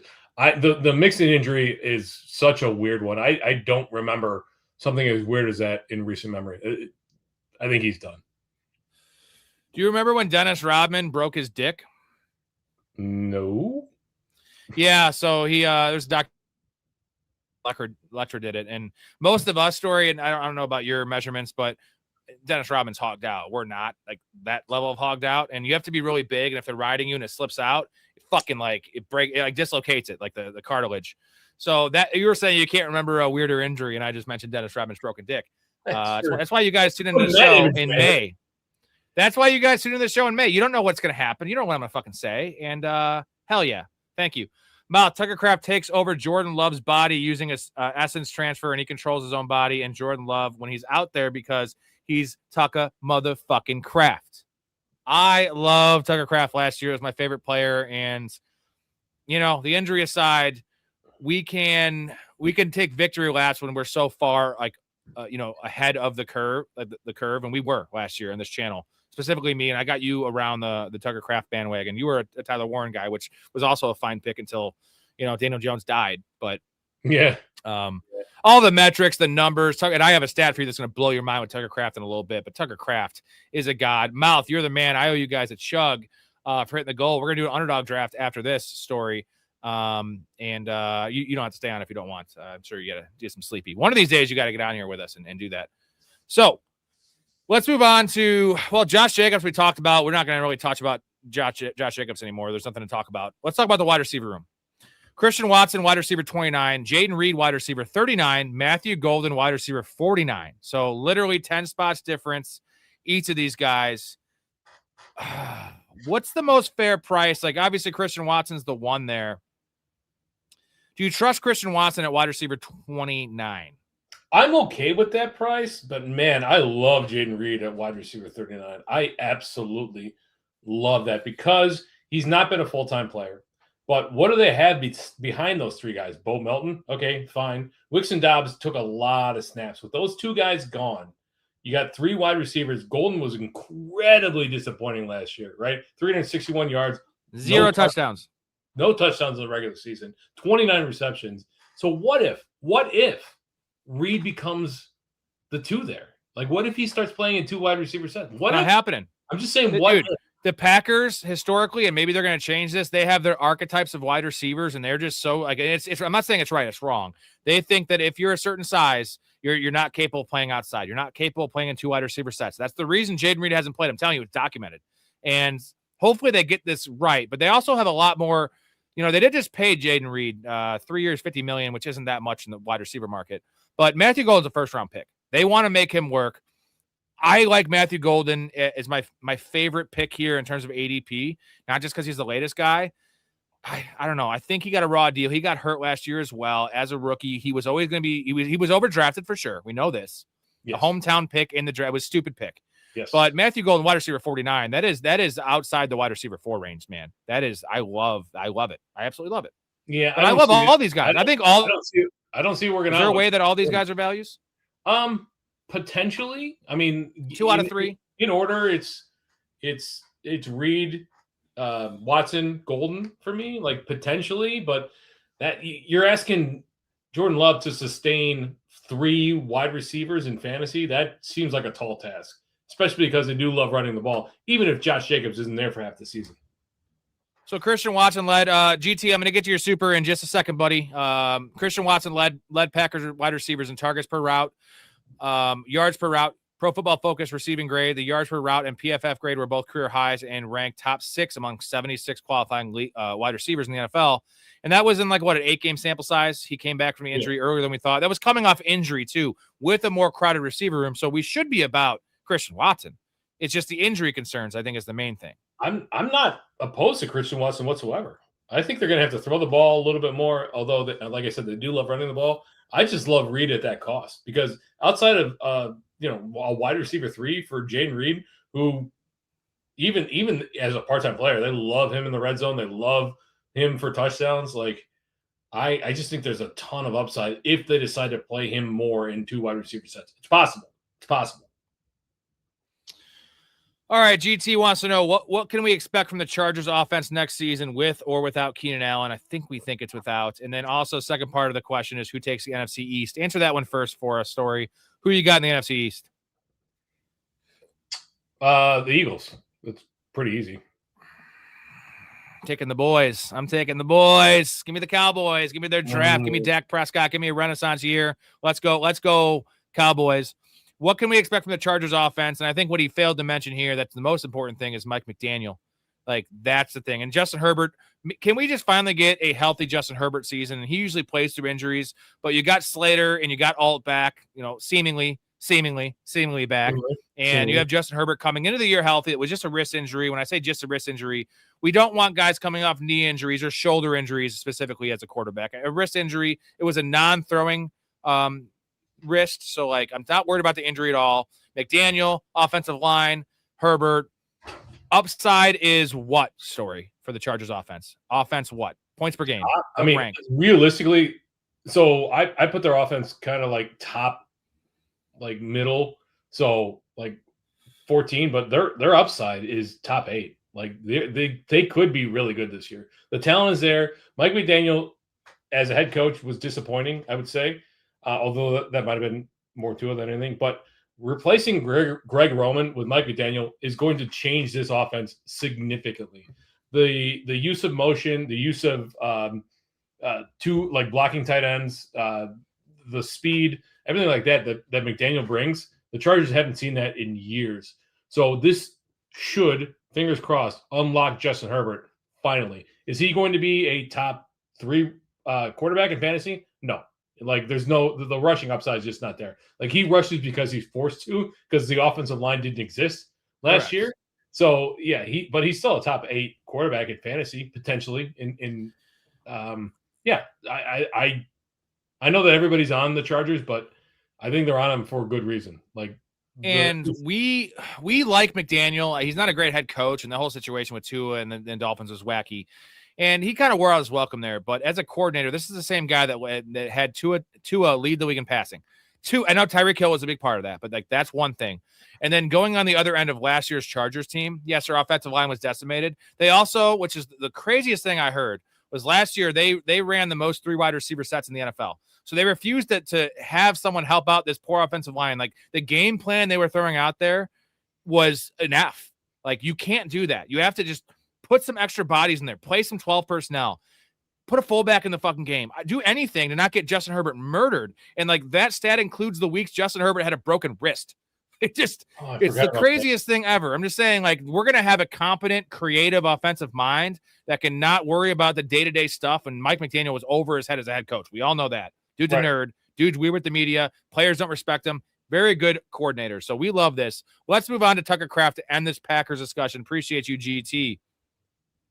Ready for some Tucker Kraft glaze here. And just so you know, you guys have all heard this. My number 1 player last year. I fucking love this guy. Every share in the world. All I did was talk about him, and he even proved me wrong. Believe it or not, as much as I said I had him as tight end 3, he was tight end 2, almost tight end 1 when he was healthy per game. So Tucker Kraft tied for second among tight ends in PPR points per game, but ranked just 13th in expected points per game. He was the biggest overachiever at tight end, scoring five more points than expected. So it's the opportunity wasn't even that great, but he was just catching an 8-yard pass and breaking 3 tackles. Like, unreal stuff. Kraft's 10.8 yards after catch per reception, led all tight ends and ranked third among 151 players with 40-plus targets last year. Story, do you remember last year preseason what my comp was for Tucker Kraft? The player comp I had that you said was like insane because it was insane, but now it's not insane? Was it the old Chargers guy? No, it was George Kittle. I said he's George Kittle. Yeah. Right? Like George Kittle is one of the best tight ends ever. Yeah. And Tucker Kraft is George Kittle, guys. He is George Kittle. But ACL injury, coming off the ACL, happened pretty early, midway through the season. Reports are good. Tight end 5 for Tucker Kraft. What do you think? I mean, reports are good, right? We need to keep an eye on this. If he's healthy, it should be another good season. I think that it's tough because that ACL injury was pretty bad. Like, that wasn't just a little bit of a tear. Like, that was a devastating knee injury. So but he's being drafted. Like, there's no discount for the injury, right? So it's not yet.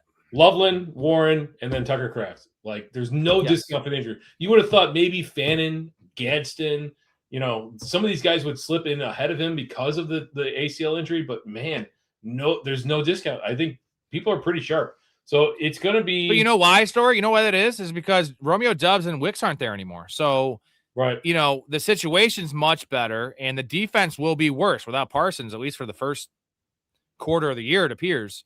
And this is Tucker Kraft time, man. Like, when I just read the stats to you, it's like he was doing more with less. Now he can actually just do less with more and have the same production, if that makes sense, where he just doesn't need to have all-time metrics. He just needs to be above average at tight ends, and he should have, maybe a 5 to 7% increase in terms of target share. Just also with what we saw this team just go to shit after he left. Increase? That's a lot. Dude. Yeah, he wasn't a high targeted player last year. No, man. I know, but that's a lot. Like, for a tight end, especially a team that loves running the ball and loves running multiple wide receiver sets.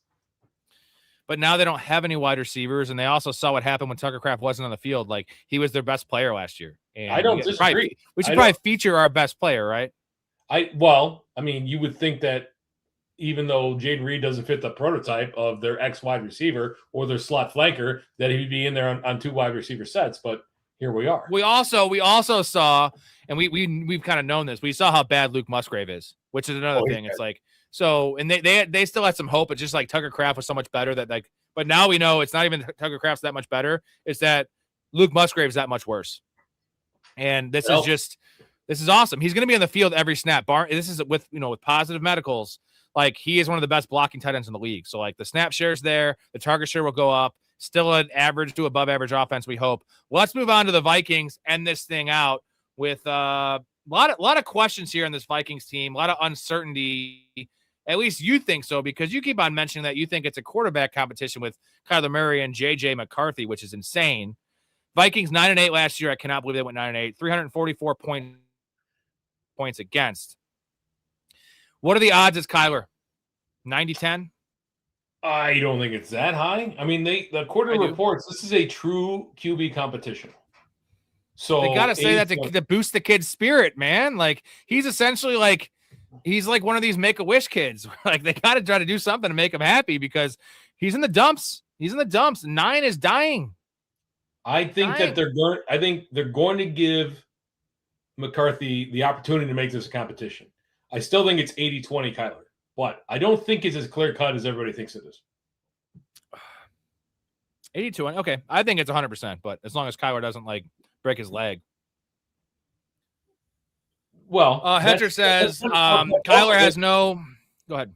So that's kind of the issue, though, right? Like, Kyler Murray has had real trouble staying healthy over the last 4 years. Like, his last full season was what, 2021? Correct. Hedger says Kyler has no fucking work ethic. I don't know how the fuck they thought the signing was good. Oh, I'll break it down to you why this was a great signing. Because he's getting paid over $40 million from the Cardinals. They have to pay him $1.8 million. So they're not paying him any money. He's the cheapest quarterback in the NFL. He's 29 years old. He's on a 1-year deal. This is it for Kyler Murray. So I agree with you. He has no fucking work ethic, as you put it. That's a fact. The video game stuff, it's all documented. We hate Kyler Murray. He's the fucking garden gnome. But this is the perfect situation. He's been in a bad situation. The Cardinals are a bottom 3 franchise. True or false, Story? True. Okay. He had the ACL a couple years ago. The work ethic stuff's for real. But if there was ever a year, now this could be a crutch argument. If there's ever a year Kyler Murray's going to get in the lab, get in the fucking gym, get in the film room, maybe sell his Xbox, hopefully, or at least like not pay the Xbox Gold membership so he doesn't have online. He can play offline. Like maybe he has a LAN party. Who knows? This is the year, right? Because this is make or break for Kyler. And like, what else were they going to do? What else were the Vikings going to do, Story? They had no other option. Microsoft did just reduce the price of the Xbox Ultimate membership by $7. So, yeah. What were they going to do, though? They had no choice. This is a good move for them. Whether you like it or not, it was a good move. Joking aside, I agree with you. Like, this is potentially the best opportunity we've had for Kyler Murray since his rookie season, right? Because what did he deal with at head coach and coordinator there? His head coach for his first 3 years was Cliff Kingsbury, and then what? It was Jonathan Gannon. Like, this is bad. Like, that is as bad as they come. We've talked about Kevin O'Connell as a quarterback whisperer. Perhaps it's not as clear-cut as that, but he's certainly miles ahead of either one of the coaches that Murray's had to deal with the last 2 stints in Arizona. So I am not a Kyler guy. Let me just put this on record, but I can't deny the guy's talents. And with that being said, he's fucking 5'10". But the recent 3 guys that have kind of started this whole wave of essentially quarterback reclamation projects: Baker Mayfield, draft pick; Geno Smith, Sam Darnold. Geno Smith one's wild because he was ancient when it happened. But Kyler Murray is the most talented of this bunch. Would you agree with that? Darnold was legit ass on the Jets, like ass. Yeah, We saw Kyler Murray lead a team to 7-1 start. He was first in the MVP voting halfway through the year as a young player. Like, I'm not disagreeing with that, but talent-wise, I would. Yes, say, talent-wise. I mean, like athlete-wise, it's Kyler, but talent-wise, I would say it's Baker. Talent, all-around talent. Okay, maybe it's Baker, but Baker's also 5'11" or 6 foot. Like, Baker was pretty bad. He was on a practice squad.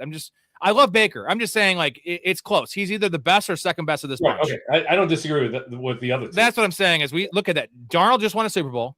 Geno had 2 really good years in Seattle, and Baker now is a franchise quarterback for the Buccaneers. And I'm telling you, Kyler is as good, if not better, than all of these guys. So you're talking. There's a lot of other reclamation projects, right? Yeah, of these reclamation projects, like this is the perfect reclamation project, and it's great for the Vikings because they're probably not going to re-sign him. You know, well, Hetra says Baker is 6'1". He's listed at 6'1". Baker's not 6'1". Get the hell out of here with that. Like, no, he's not 5'10". He's like 5'11" or 6 foot. Kyler is what is Kyler listed at? Kyler's probably listed at like 5'11", dude. I actually don't know what he's listed. Look it up. I bet Kyler's listed at 5'11". There is no fucking way. Bryce Young is listed. No, Bryce Young actually isn't that short, but 5 feet 10 and 1/8 inches according to for Kyler. Yeah. Kyler's 5'8". Kyler's 5'8", legit 5'8". They say 5'10", but yeah. Well, no, but Kyler's not 5'10". Get the hell out of here. He's a fucking midget. Yeah, Baker's listed at 6'1". Is that correct? Let's see what Baker's listed at. Because he's not 6'1". He's listed at 6'1", but yeah, is he really 6'1"? Probably not. I'm just saying, Kyler's listed at 5'10" and an eighth or a quarter. He's not. Like, it's just, he's closer to 6. He's closer to 6 feet than he is 6'1". Correct. We know this because we met him. We had beers with him, and we did the whole back-to-back thing. Like, remember that picture? We'll send the picture to the Discord. Me and Storey had beers with Baker. It was awesome. Yeah, we did. It was fun. So the Kyler signing's great, and whether it works out or not, like, they had no choice. JJ McCarthy is not ready for the NFL. That was an F. That was F quarterback. Okay, it was F plus for JJ, and it was an F for Brosmer. Like, that's the bar, the Brosmer bar. It's really low line, but it's below they F. had to bring in somebody, and there was no one else to bring in. They could have traded for Mac Jones, I guess, but a second-round pick for Mac Jones.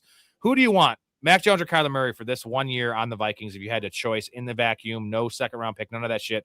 1 year deal, whatever the contract is, Kyler or Mac Jones? So no contract. Like, we're just taking them straight up. Who do I want? Basically, yeah, for this 1 year, 1 year deal. Kyler Murray. Yeah. Yeah. And all that being said, Mac Jones actually fits this system more. Kyler Murray does not really fit the system, but this is an upside shot. And this is like change of scenery for both Kyler Murray and the Vikings, right? Hetzer, I was kidding. We didn't drink with Baker Mayfield. He thought we did. I would love to. Kyler Murray, quarterback 17 Story, and this is a fantasy thing. As bad as Kyler's been in recent history in real life, he's been awesome in fantasy. Like he, outside of last year, he's always a top 10 quarterback. Oh, usually a top 6 quarterback. So quarterback 17 with Kevin O'Connell, with Jordan Addison, with one of the best receivers, top 3 in my mind, Justin Jefferson, maybe top 2, and a great offensive mind. Like I mentioned, this is a smash, right? I don't know, man. Like it is tough to kind of wrap your head around. Like Kyler's been great, but he's also been really bad. Like the last season and a half in Arizona were atrocious, and a lot of that was Arizona. A lot of it was Arizona. Well, I mean, a lot of it was like trying to force Kyler into being a pocket passer, and he's not a pocket passer. No. So you got to hope that Kevin O'Connell sees that and he tries. He plays to Murray's strength, but that system in Arizona or in Minnesota is built on pocket passing, so and timing and all that kind of stuff. So I get worried about that. Well, hey, remember how we were talking about Jordan Love at quarterback 18, right? And we're like, we don't see the reason for taking him at backup. Kyler Murray is your quarterback too. If you want to take, the Fantrax says I play, there's 18 rounds, there's no trade, so everyone takes 2 or 3 quarterbacks. I want to take a shot on Kyler Murray over Jordan Love, all like way over Jordan Love, right? Because there's a chance Kyler Murray's a top 5 quarterback. Just because we've seen it a 100%. Lot. I would say though, like I would agree because those quarterbacks, 16 to 20, like what is the rushing upside? And that's what we're looking for in fantasy. Who actually has that is Kyler Murray. Malik Willis. It's Malik Willis and Kyler Murray, but Malik Willis has literally the worst situation in the history of situations we've ever seen. There's nothing worse than that. It's all rookies, bad offensive line, bad play caller, and Malik Willis has 6 starts under his belt if you don't count Tennessee. They refuse to give him any help. They refuse to give him any help. Kyler has some help. Coordinator's good. Justin Jefferson's an all-timer. Let me say this one last thing about Kyler Murray. As much as I'm saying I love it this year, I think he's going to be on his best behavior. Like I would not sign Kyler Murray to a giant extension if I'm a team like the Steelers. Like after this year, if he dominates, like I don't trust Kyler Murray to be the franchise quarterback. This is a 1-year thing in Minnesota with Justin Jefferson. I feel like Kyler Murray is going to put it in this year to try to get a contract. Then he's going to go back to playing Call of Duty and whatever else he does. And that's fine. We're going to make money on Kyler Murray this year. So let's go to the running game here because this matters. And let's see if I have some stats here. Yeah, I didn't have any Kyler Murray stats because he didn't really play a lot last year, and I didn't want to read them off. So Aaron Jones registered career lows last year in yards per carry, rush yards over expected per attempt, yards after contact per carry, missed tackles force per carry, and PFF rushing grade. Worst year of Aaron Jones' career. The running game as a whole was bad. The offensive line was bad. Aaron Jones, running back 39. Jordan Mason, RB 42. Let me give you some Jordan Mason love here, and you can kind of sift through this for me, Story. Jordan Mason beat Aaron Jones in all 5 of those above metrics, ranked top 11 amongst 51 qualifying running backs in yards per carry, rush yards over expected per attempt, and yards after contact per attempt. Jordan Mason was awful last year, though. So I don't know, like, the eye test was not that, right? It was bad. He was bad last year. So how is that possible? Are our eyes wrong or are these stats wrong? I mean, how did they have a positive point differential last year? I don't quite know that. I don't know. I'm off of the running game in Minnesota this year. I just don't see Aaron Jones is clearly past the age apex, and he doesn't have any interest in being there. It seems like he was on record last week talking about how he missed Green Bay. Like I get worried when guys come out and say stuff about their former franchise. And Jordan Mason, like from a fantasy perspective, the dude has no pass catching upside whatsoever. So I'm not sure there's any upside in this running game whatsoever. I just don't see it. Well, there has to be though, because they're both going in the RB3, RB4 range almost. Like, I mean, I was really into Aaron Jones last year, and I was hating on Jordan Mason. I did not understand why people are all on him. So call it a mixed bag, right? Like I was in on Aaron Jones, but I was way down on Jordan Mason. This year, like, I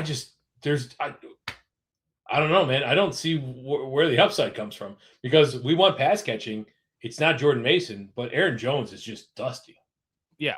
Oh, okay. How about I throw this wrinkle in there? And we're going to be able to figure this out right now. Guys, live on the stream, we're going to figure out exactly what's going on with this backfield based on this answer and this answer alone. Damon Claiborne, fifth or sixth round pick out of Wake Forest. You liked him more than me coming out. Is he going to factor into this backfield this year without an injury? No. Okay, so now we have a two-headed committee on a perceived top 15 offense, with Kevin O'Connell. There's value in this backfield. I didn't tell you we tell you which one to draft. I just told you if that was the answer that I thought you were going to give. And I think, as gross as it sounds, Jordan Mason's the value. Because Aaron Jones sucks, dude. Aaron Jones sucks. Stumble into 10 touchdowns in that That's case. That's the thing, right? Yeah, he's a value. And Kyler Murray is actually, for a scrambling quarterback, he does check the ball down a lot. Like go back to James Conner seasons, but he also, the dual threat, the RPO threat that they haven't had, last year with JJ McCarthy, obviously, because he would just fumble the fucking snap. That you have efficiency upticks for these running backs, and who's going to take advantage of that is a guy like Jordan Mason. And again, it's gross. I don't love either of these guys, but I would take a shot on PPR on Aaron Jones. If I go, let's say I take a shot on, a lot of wide receivers early and my running back 2 is just not great. Aaron Jones could be a guy I could play or flex or whatever in PPR. If I'm looking for an upside start, it's Jordan Mason. It's just because Aaron Jones also just never stays healthy ever. What round are these guys being drafted in? I don't even know. 12 plus. I mean, that's super late. Like somebody, we always say, Storey, we want to target these murky backfields. There's never been a murkier backfield. This thing is fucking gross. Somebody's got to carry the ball there. And someone's got to carry the ball. Exactly. And someone's got to score touchdowns. Someone's got to catch the ball in the backfield. Yeah. But Aaron Jones just won't stay healthy. So that leads me to be like Jordan Mason. Give me Jordan Mason. I guess like these guys are worth shots. I would say both of them worth shots. Gun to my head, I'd probably, even though I don't really like him, because there's no pass catching upside, I'd probably go Jordan Mason just because of what we saw with Aaron Jones last year. Although he was hurt. He was hurt last year. Like he did deal with hurt. Yeah, Mason was hurt too. Yeah, I'm just saying Aaron Jones gets hurt a lot. He got hurt a lot 4 years ago, dude. He was injured 4 years ago, and he's been hurt every year since. And he just doesn't have the body to carry the load, and doesn't have the talent to carry the load anymore. Yeah, I mean, speaking of loads, maybe Demon Claiborne could get some run. I did like him coming out. Like don't change your tune now. Just that let's move on to the wide receivers. So Justin Jefferson, wide receiver 6, Jordan Addison, wide receiver 42, Juwan Jennings, wide receiver 61, Jalen Naylor departed, essentially replaced by Juwan Jennings. Justin Jefferson ranks among wide receivers last year, tied for 70th in touchdowns. You know how many touchdowns Justin Jefferson had last year? 2. How is that possible? But it gets even crazier. He was 4th in expected touchdowns with 8.8. And he had 2. Tied for 9th in red zone targets with 33. Tied for 3rd in end zone targets with 14. So that's a J.J. McCarthy stat, folks. That's J.J. McCarthy right there. Wally, if you're listening, I'm sorry. J.J. McCarthy's ass, and he is ass, he is cheeks, he is butthole. He is coming. J.J. McCarthy over-targeted Justin Jefferson, even though it didn't he wanted to make him feel better, but J.J. McCarthy. Yeah, Dad. You need some of this.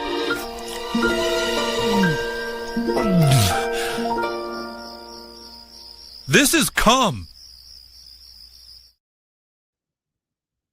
Jordan Addison registered a career low 7.1% touchdown rate in 2025, but his 13.1 expected touchdown rate was a career high. And, his rookie, what did he have? Like 8? He has had 8 touchdowns, I think, both years, or 8 or 6. He's 15 the first 2 years. I know it's pretty decent. Yeah. And he doesn't really comp as like a guy that's going to have a lot of touchdowns. He's not really a red zone merchant. Like he's kind of a tactician, smaller guy. Addison, wide receiver 42, Jennings, wide receiver 61. How do you break this split down? Obviously Justin Jefferson's a tier in his own. Let's start with JJ before we get to the other guys. Wide receiver 6. Are you in now at that price? Because it's end of the first round, 1-2 turn. Yeah, I mean, we've seen the history of JJ McCarthy. I do think the signing of Jennings was wise from a real life perspective for the Vikings, right? He was a guy who had 90 targets in 24, 90 targets in 25. He helped Purdy get in a rhythm. We could certainly see that with whomever it is at quarterback, probably Kyler Murray. His presence should open up downfield opportunities for both Jefferson and Jordan Addison. So while I really don't have an interest in Jennings per se, I do like what it affords both Justin Jefferson and Jordan Addison. Jennings, what are we doing with him? 61? Like, it's pretty low. I mean, it's pretty low. I'm kind of off, but I like it more for Kyler Murray. Fantasy, exactly what Dakota just said. Fantasy, I don't have any interest. For real life, it's great for the Vikings. Like he should catch a ton of passes. It's going to be like low calorie, empty, whatever passes, but it should be good for Kyler Murray. It should be really good for the other two guys in the wide receiver room. Like I really like what it did for this team, but I don't have any interest. Like even at wide receiver 61, where is the upside coming from with Jennings? Like is there anyone plus? Exactly. Is there anyone you want? So Justin Jefferson is 6. It's a fair ranking based on who's behind him, but Drake London? Do you want Drake London over Justin Jefferson this year? Yes, I would still take Drake London. Neighbors, no, because of the injury, but I would take Neighbors over. That's only because of the injury. George Pickens, Nico Collins, like none of those guys. No. Right? No, I would not take Pickens, but I would think long and hard about Nico Collins, especially because you saw the news today that they restructured his contract. So I still want Justin Jefferson over Drake London just because Justin Jefferson is a fucking all-timer, and I get the target share. I love Drake London. But I think my answer is I'm just taking a running back there because I could take, for instance, Jonathan Taylor's probably gone, but you have James Cook, Ashton Genty, Saquon Barkley. Like, I'm just taking specifically Saquon Barkley at the end of the first round, and I'm a little bit higher than – I'm actually a lot higher on Saquon than everyone else in the world. Would you take Saquon Barkley in a full PPR, or would you take Justin Jefferson? Saquon Barkley. I'm high on Saquon Barkley this year. Yeah. Yeah. Well, you should. I mean, because we're talking about Storey. It's easy money, dude. He's gonna catch 50 balls this year, and that's awesome. Oh, yeah. There's no question. What about this one? What about this one? Kenneth Walker, Junk Buster. I'll get to their comments here in a second. Haven't seen Junk in a while. How you doing, buddy? And Storey loves his name. Not as much as Wild Rotten Sex Hog, but Rotten Sex Hog and Junk Buster are best buddies. Where's Rotten Sex Hog? Kenneth Walker at the turn is a little aggressive, but we're both higher on Kenneth Walker than consensus. Kenneth Walker or Justin Jefferson? God, that's right down the line. They're going at the turn. Oh no, Kenneth Walker's going like end of the second round. So okay, so you would have to really be in love with Kenneth Walker then. Well, we are. James Cook and Ashton Genty. You want those guys over? Yes. James Cook and Ashton Genty for sure. All right. We have one more name to talk about here, and it's TJ Hockenson, my love affair, my dude. I think he's terrible at football, but I think Kyler Murray can't throw to wide receivers very well. And we know he can. It's not that I think. TJ Hockenson, tight end 22. I love this ADP. I love it for best ball. I love it for redraft. I am comfortable this year, Storey. If I take an early quarterback in my typical deep full PPR leagues where it's 3 receivers and a flex, I am comfortable rolling with TJ Hockenson as my starter in a full PPR, and my team would be stacked, obviously. And I just need him to be, I think he's going to be tight end 10 this year in PPR. I think he's catching 70 balls. What tight ends are going around him? Who's 21? Who's 23? Who's 20? Who's 24? I'll read you 20 to 24. So we have, I'll give you 19 to 25. Sadiq is 19. Kenyon Sadiq. Bretton Strange, tight end 20. Juwan Johnson, tight end 21. TJ Hockenson, tight end 22. Dalton Schultz, 23. AJ Barner, 24. And Gunnar Helm, 25. I'll throw in Kate Otten and Pat Freiermuth at 26 and 27.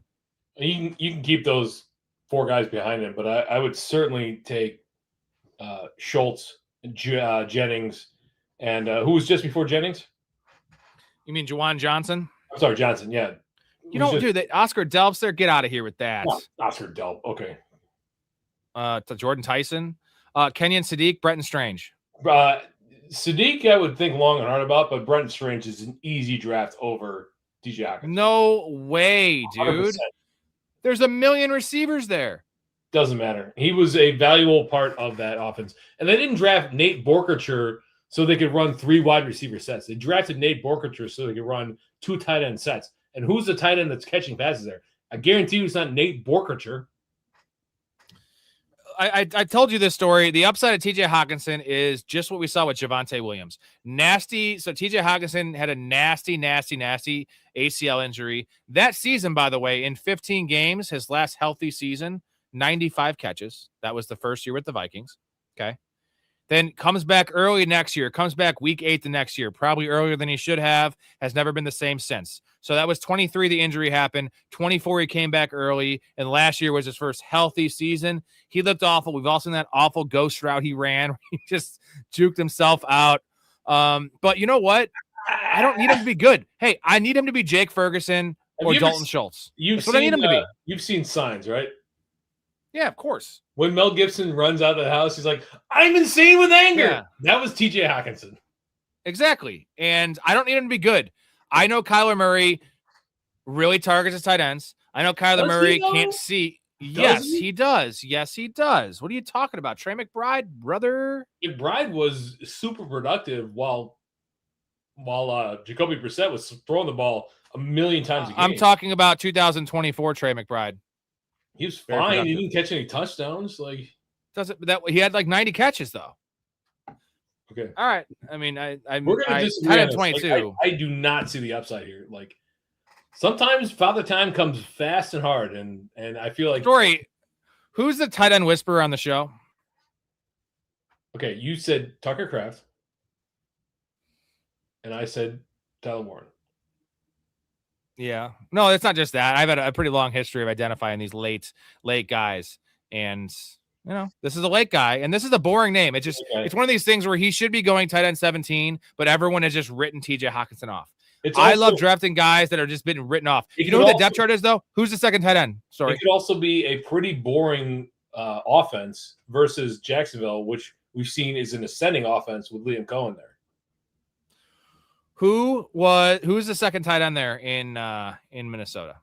I'll tell you the answer. You probably don't know. It's Josh Oliver. Oh, Josh Oliver. He's been there forever. Do you see what I'm talking about? Like, he's going to be on the field a lot. Like, it's not an upside shot. He's tight end 22. I think he's going to be a top 12 guy. I think top 10 guy in full PPR. It's got to be full PPR, though. Get that face. Okay, we can agree to disagree. And I think I'm the only one in the world that's high on TJ Hawkinson. Yeah, probably. Other than it just seems like easy money, dude. It just seems like easy money. Josh Oliver is for blocking. That is very accurate. Let's get to a couple comments before Mr. Storey goes. I got to go to the bathroom, so I'll get a comment here for you, and then you can answer it. Dakota says, so let's talk a little dynasty real quick. Dakota says, Storey, I'm playing for the first pick in 2027, so you guys have a chance to win this season. Is that the only reason we have a chance to win? Because Dakota's start was all-time epic in a dynasty PPR. That was good. First overall pick, Dakota, I'm interested. Rob and I have talked about the 27 draft class. It looks like it's shaping up to be an incredible draft class. You got multiple quarterbacks, multiple wide receivers, potentially multiple actually it's a pretty weak tight end class, but multiple running backs. It depends. Like Ahmad Hardy, we hopes and prayers that he comes back healthy. He got shot not that long ago, so that's not ideal. But yeah, like the big question is who becomes the number 1 overall pick? Is it Arch Manning? Is it Dante Moore? Dante Moore would have been the number 2 pick this year if he didn't go back into school. Trinidad Chambliss has an opportunity to come back this year and actually put some huge numbers up. Like this 27 draft class is shaping up to be an all-time class. Jeremiah Smith, baby. Julio Jones 2.0. I think. Dude, Jeremiah Smith might be the number 1 skill position player, and he might be drafted at 2 overall. It's possible. You ever had this before? Sam Adams winter lager? Yeah, I like the winter lager. What were you drinking earlier? It was dark. You don't really drink a lot of That's what I'm drinking. It's 2 years old. It expired 2 years ago. I'm still drinking it though. Yeah, it was at my father-in-law's. He didn't like it, and he's like, I think it's like 6 months old. I look at it, it's 2 years old. There's no floaties though. It's a little stale, but when you're poor like me and you're struggling on YouTube to, you're happy making $8. So what does it mean for expired beer? Like beer doesn't really expire, does it? It doesn't go bad, but it gets gross. Like after 6 months, you start tasting it. Every 6 months after that, it really gets gross. And if it's like an IPA, you can't drink in 2 years old. They get floaties in them. And all right. Hetra says, give Malik Willis, Debo, or Diggs or some shit. Well, they're not trying to win this year, so they're not going to give him anything because they want to lose. Also, Debo is pretty toast. Diggs, though, I'm interested to see what Diggs does this year. He has every opportunity to come back and play for a contender. He's talked about coming back to New England. Like, the Chiefs might be interested. Also, we didn't talk about this, but the Rashee Rice situation, that has kind of changed the calculus on A.J. Brown going to New England. right? Like they might, because originally they didn't want to give a first round pick, and now it's possible that the Chiefs have thrown their hat in the ring to because they might need him. That's really good news for the Eagles. They're happy about that whole situation. Of course, it's good for the Eagles.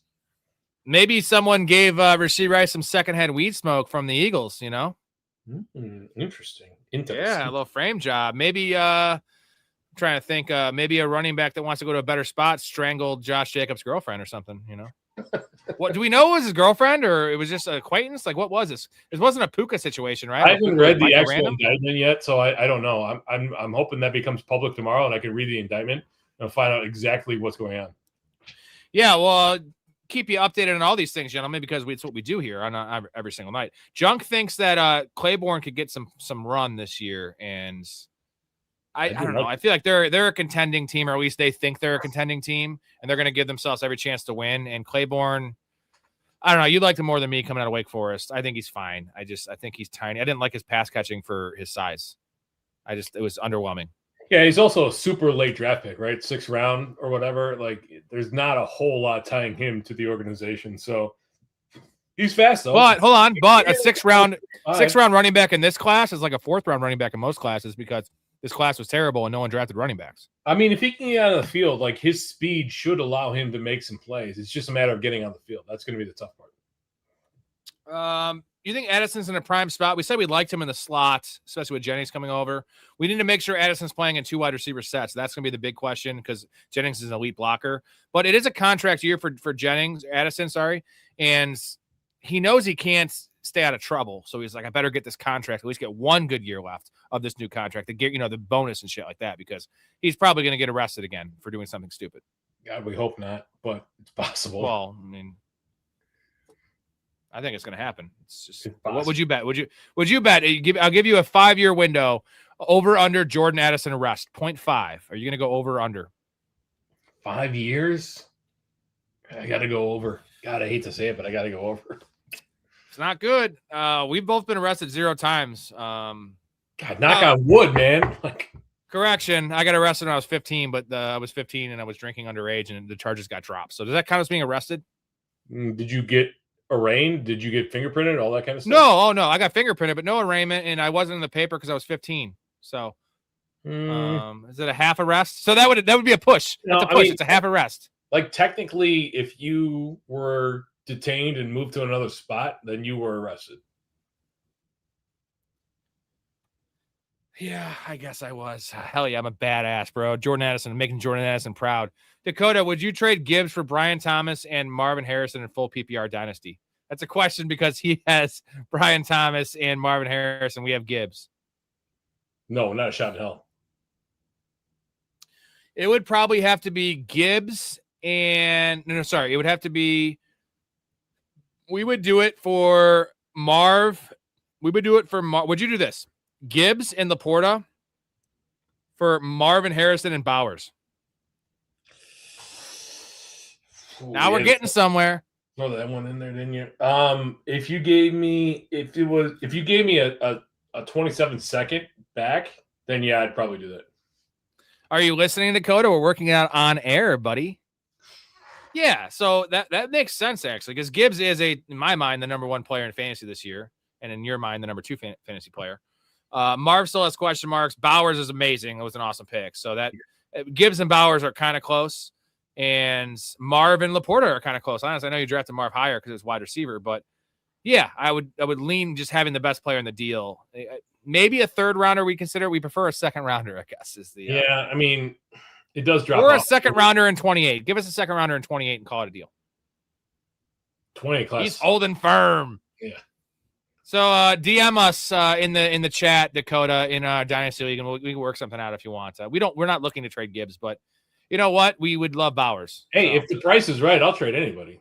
I'll move my wife if the price is right. I will trade Storey from this program for Brock Bowers. Brock Bowers as a fantasy asset, or Brock Bowers coming on here talking fantasy? No, his hairline, your hairline's so much better than his. He has terrible hair. But him and what was the other Raiders guy? The little slot guy? Oh God, the China route guy. Yeah. Hunter Renfrow. Renfrow. Yeah. Terrible hair. No, I wouldn't even do that trade anyway because the first place in Dynasty League is $800, and we're splitting it. And I also had to pay in, like I mentioned, I paid in Blake, which is well deserved for Blake. Shut up, Blake, who is the media manager of this channel.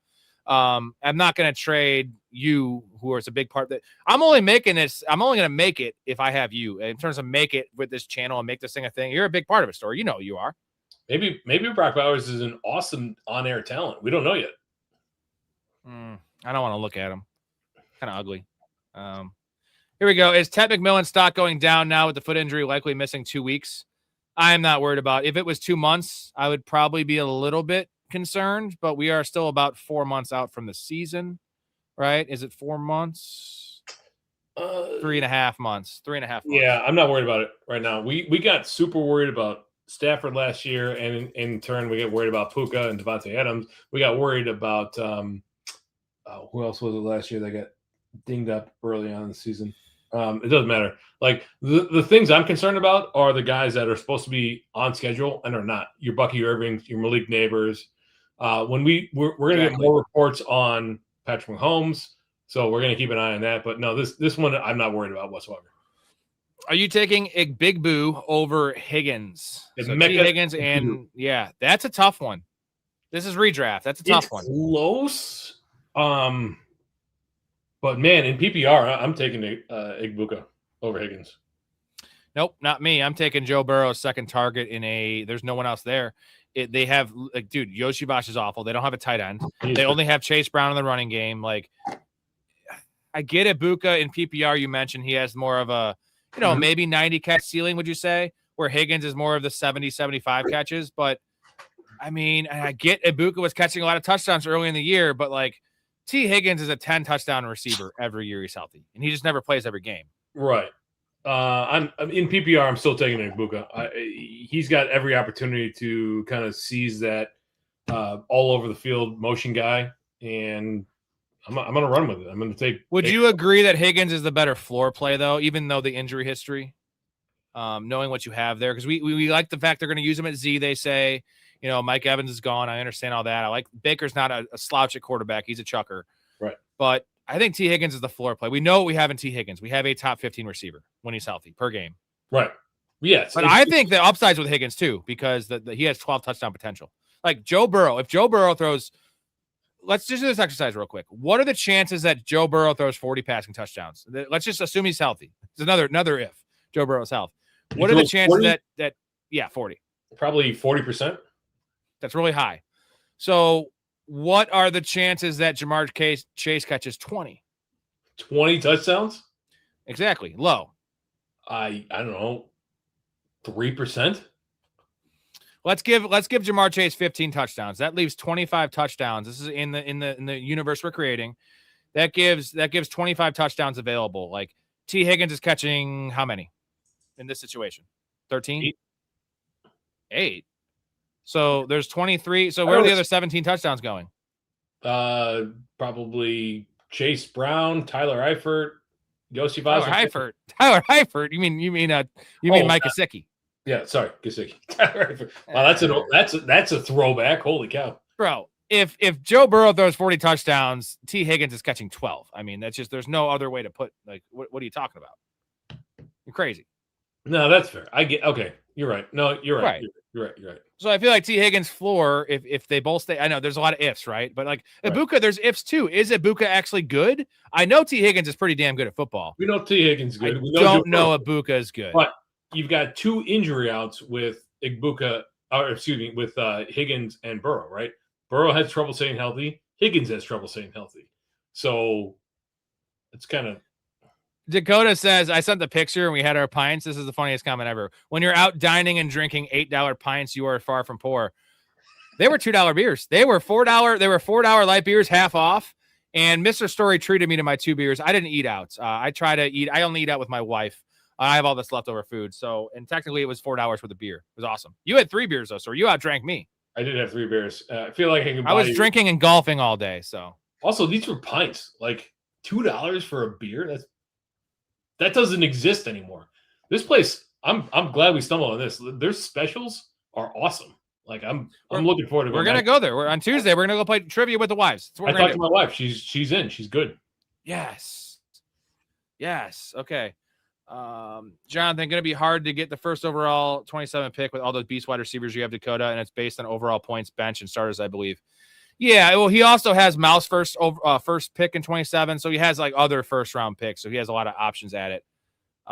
Chris Brazzle, someone picked Chris Brazzle. Is that for real? Someone must have picked Chris Brazzle. Sorry if any of you guys are just tuning in. We are in a dynasty startup with the community here, and is this right? It's paused, so no, I don't think they did. Unless I'm missing this. No, it's paused. Okay. Good. Last pick that was would be Bobby nuts. Marks, which is not a bad pick. Actually, the pick before that, Ja'Cory Carrassi-Merritt, that's a good pick. There in the 11th round. Dakota said he threw up when he heard Bowers mentioned, so that's not going to happen. I mean, well, you're trying to get Jahmyr Gibbs. We're not going to give away Jahmyr Gibbs in a dynasty startup. He's the best running back. He's, in my mind, the best fantasy running back in football. Bijan's the best real running back, but it's 1A, 1B, whatever. Like, he's 25 years old or 24 years old, whatever. He's young as fuck. So make a deal with Jonathan. Jonathan has 50 running backs. Literally, he does. Yeah, Jonathan's got a ton of running backs to trade. Mao says Chase for Gibbs and Storey. So he wants Gibbs for Chase, and he also wants you. So you got to go to Downtown Sports. You're not on the program anymore. Do I have to live in New York? No, they do it virtual. Junk Budget said China Route guy is spot on. That's when we were talking about Hunter Renfrow, and I was like, oh, the China Route guy. He made that famous. Hey, yeah, Hunter Renfrow had 2 awesome years, dude. He did have 2 awesome years. Like as a PPR merchant, that guy was on top of it. Ooh, Peasy says, how about Mahomes back at practice looking good? Well, we like to hear that story. We are very tied to the Chiefs in the Dynasty League. We are tied to the Chiefs. I have Kenneth Walker, Xavier Worthy, Patrick Mahomes. Let's go. I've been bearish on the Chiefs, and especially Patrick Mahomes, but if he's back at practice, God, that's wild. If Duke can have a massive knee injury in December and he's back at practice in May, that is. Adrian Peterson won the MVP 8 months after suffering an ACL. Like, I mean. Well, yes and no. At age 29. I mean, come on. Like Lamar Jackson's back too, so there's that. I think we all underestimate. I think that everyone just thinks Patrick Mahomes sucks. We underestimate that he is actually a world-class athlete. I know he looks kind of fat, but Patrick Mahomes didn't get to this point by being average. It's not Andy Reid. It's not Tyreek Hill. It's Patrick Mahomes is fucking great, dude. I think we underestimate modern medicine. Like they're talking about George Kittle possibly being ready. No, I don't think that's exactly. No, I don't think so. I told you from day one. I said Mahomes is playing week 1, and you said no. And I think that now that we have him in Dynasty, you want me to be right on this one. It's good for the NFL too. Amon-Ra St. Brown over CMC this year. The Lions players getting a premium on them. Lions are kind of devalued, if you ask me. And I'm taking in full PPR. I guess it doesn't really matter because CMC catches so many passes and is a running back. I'm taking. I don't know, man. The upside shot CMC. It's not even close, but there's so much more risk. St. Brown doesn't miss any games. He's younger. Yeah. There's no questions in that offense. There's some real questions with the Niners offense just based on the age of these guys, right? George Kittle coming off injury, old. He should be healthy again. My God, that one is really close. I think I would go Amon-Ra. I want to get myself tied to the offense I think is going to be better. You know what? I'm going to go Amon-Ra because I love the running backs in the second round better, right? I can get Kenneth Walker. I can get Saquon Barkley. I can get a Marion Hampton. I'm going to have to end of the second round. Yeah, and I'll just reach on him for a pick. I'm just saying the running backs available in the second round, like Drake London will maybe be there, but I'm going to trust after that, it's like Nico Collins and guys like that. And I love Nico Collins, but I guess it's like this. Would you rather have CMC and Nico Collins or St. Brown and Saquon? Well, let's take Saquon out of this because he probably won't be there. Let's say St. Brown and Kenneth Walker, or would you rather have CMC and Nico Collins? St. Brown and Kenneth Walker. There we go. Well, see, little exercises we do here, and sometimes it's good. It's funny. GT says only eat out with my wife, my guy. When you're married so long, it's too much information. She's not really in on me going down south, and I'm all for it. I'll do it, and it's very, very flavorful in a good way. It actually doesn't taste like anything at all, which is a good thing. And I'll move on here. So, Jonathan says someone in the chat mentioned Brazzle has more ceiling than Coker if Tet misses time.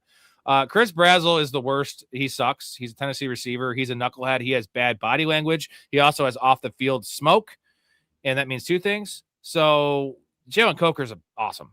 Like Chris Brazzell's terrible. That's just, and especially this year as a rookie, he's a raw prospect. I'm not in as on Jalen Coker as a lot of people are, but he's better than Chris Brazzell. I don't think there's any question there. CMC went to Germany and got new legs in 24. He's fine for 3 more years.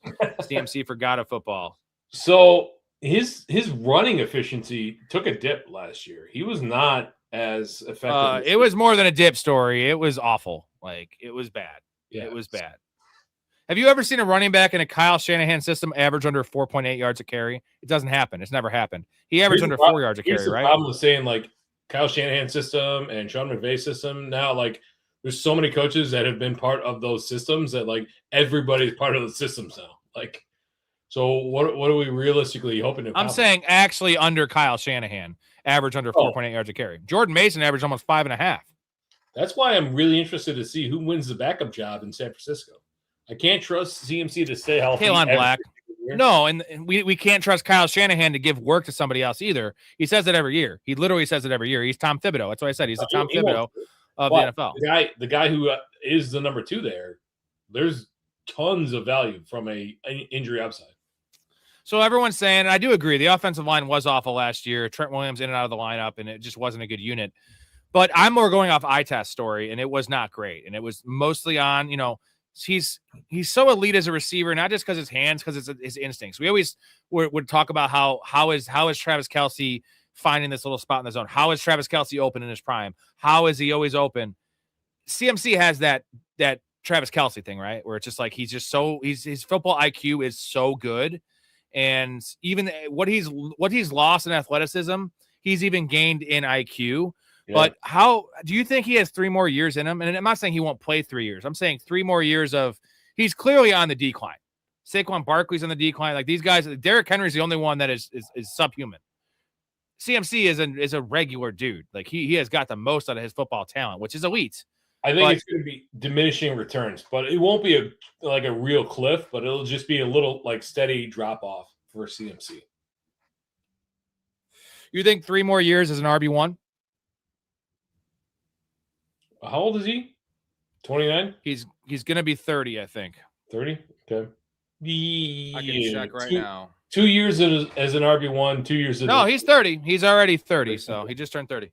Oh God, that's tough. Probably 2 years as an RB1 and a year as an RB2, and then it's done.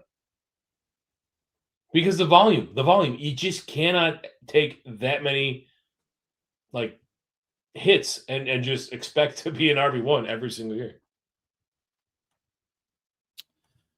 Was Barkley on the decline? You can't have 2K rushing every season. Well, it's hard to say Barkley's on the decline, and I did say that. The film, like last year, the scheme was really bad, but Barkley wasn't great either. But I think the Barkley thing was also fresh off that insane touch season, the 2K season, also in the Super Bowl run. There was a lot on his body. And I think this year he'll be fresher. But I'm not speaking of this year. I think they're both fine. Obviously, I love Barkley. I still love CMC. I'm looking at 2028 for Barkley and CMC.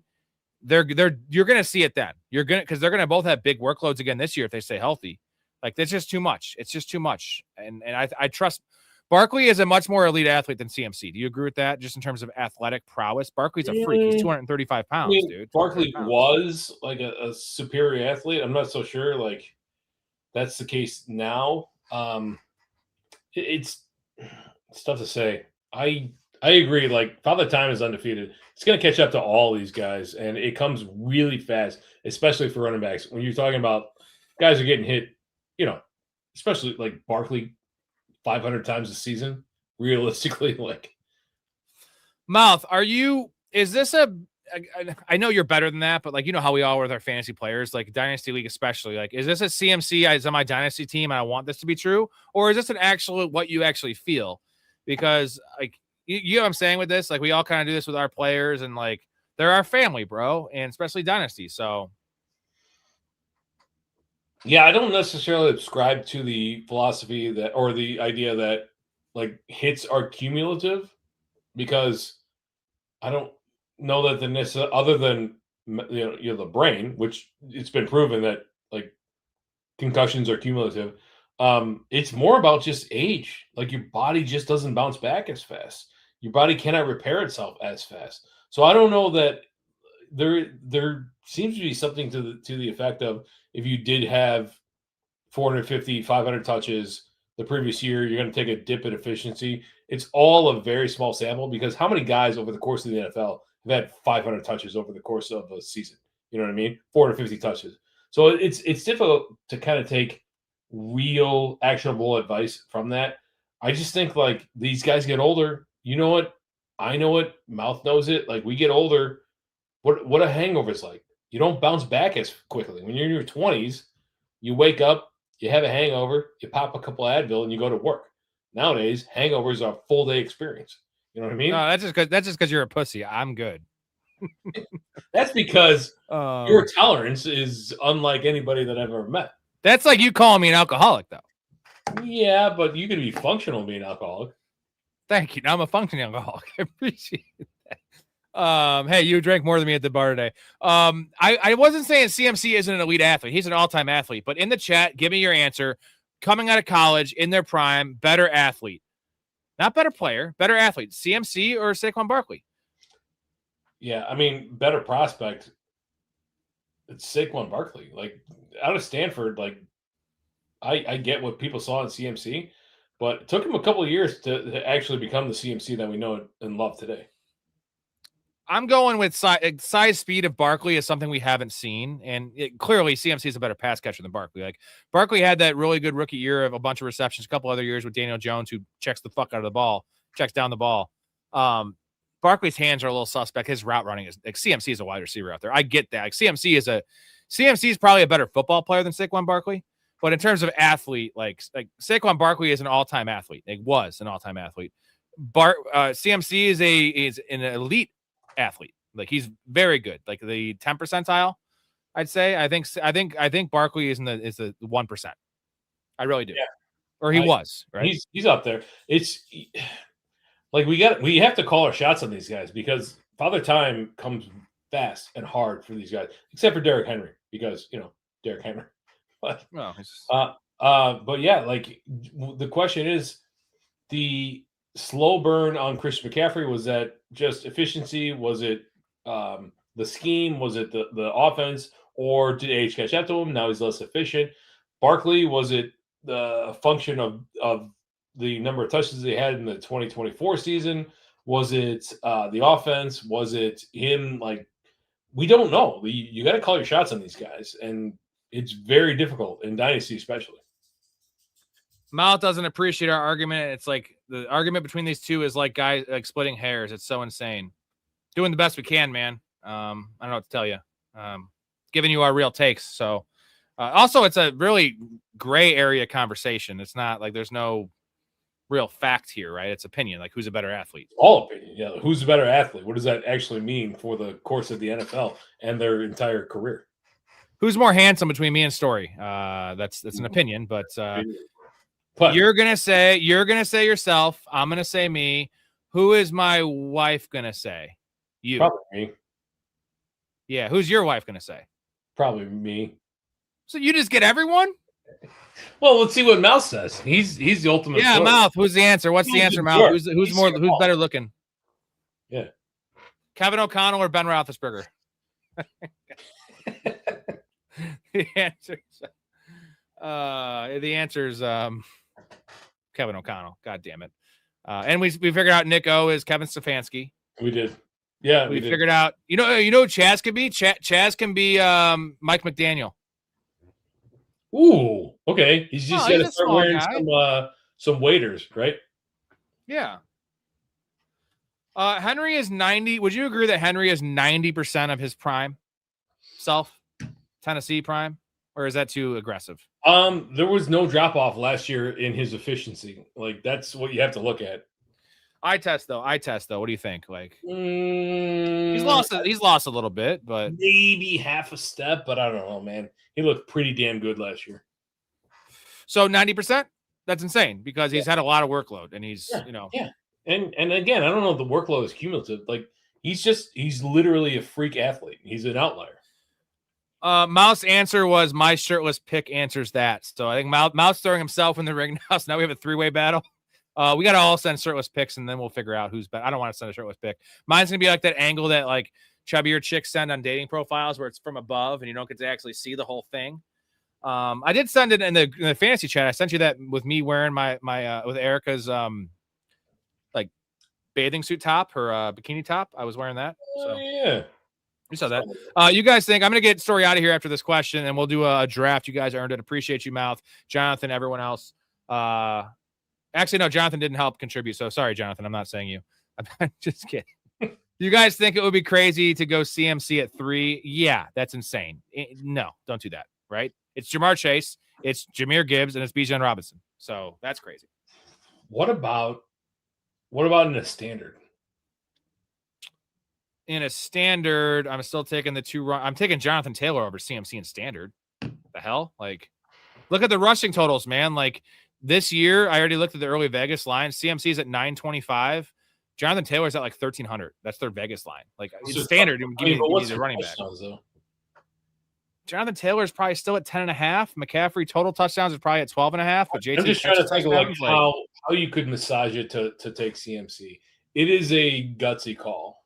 You need CMC to have like a 2023 season. Dude, don't throw in. No one plays standard, dude. So that's just like in half PPR. We're talking PPR though, and CMC is actually better in PPR because you're getting the 95 catches. I'm just kidding, Jonathan. I'm just fucking with you, dude. I've been fucking with Storey. So is it 3 insane? What do you think? Like, I think it's insane. I think 5's insane for CMC.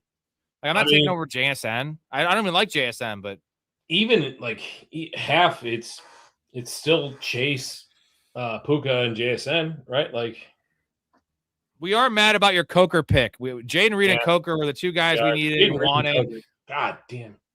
It's all right. Hey, we'll be all right. We'll be okay. No, that Coker pick, like, that Coker pick, and I tell you what, that Jaden Reed pick, that You know what this has the makings of, Storey, with our Xavier Worthy pick ahead of those guys, and you wanted Jaden Reed. This has the makings of our Travion Henderson pick in the fantasy playoff league. You know what I mean? It's like we look back and we're like, our team's great. You know, maybe we finished a little short, and we took Xavier Worthy because he's 23 and he's tied to Mahomes and the Rashee Rice stuff and all that, and the draft capital with Xavier Worthy and the speed. And he's just continuing. We all know he's bad at football. He has been bad at football. I'm not saying I think Xavier Worthy's gonna be good at football. I think he could become Jamison Williams, and he's freakier than Jamison Williams, right? Like he is more athletic. He's faster. We are hoping that the last year was a direct function of the shoulder injury he sustained, because apparently neither him nor Travis Kelce can know how to run around. You know what? I just hope that they can. They have to use him in a gadgety role, like still some downfield stuff, but he can't get his feet in or track the ball. Just a problem for a wide receiver. But if end around stuff we saw his rookie year, Xavier Worthy is the fastest player in the NFL. I mean, that's not, you can't debate that. That's just factual evidence. You mix that with being tied to Andy Reid and Patrick Mahomes. If he gets back to his form, like he should score 8 touchdowns a year just based on speed alone. He should. He should. We saw McCole Hardman have some good years there. McCole Hardman's also terrible. You did mention end arounds. Like, he is one of the few guys in the NFL that actually gets touches out of the backfield, right? Like, yeah, we're just hoping. Let's just hope that stupid ass Travis Kelce injury, which was hilarious to watch, by the way, just wrecking him. He threw he bounced off him like it was a bouncy castle. Like, he bounced back 10 yards. It was wild. Let's just hope that was a big. It's not going to make him better. Like, he was bad at football in general, but like that was a big setback for his career, right? That's what we're hoping. And I feel like the upside is worth it. With one of those braces on his shoulder last year, like he should have just taken the first 5 weeks off after that. We're really trying to talk ourselves into this worthy selection. Like that it's fine.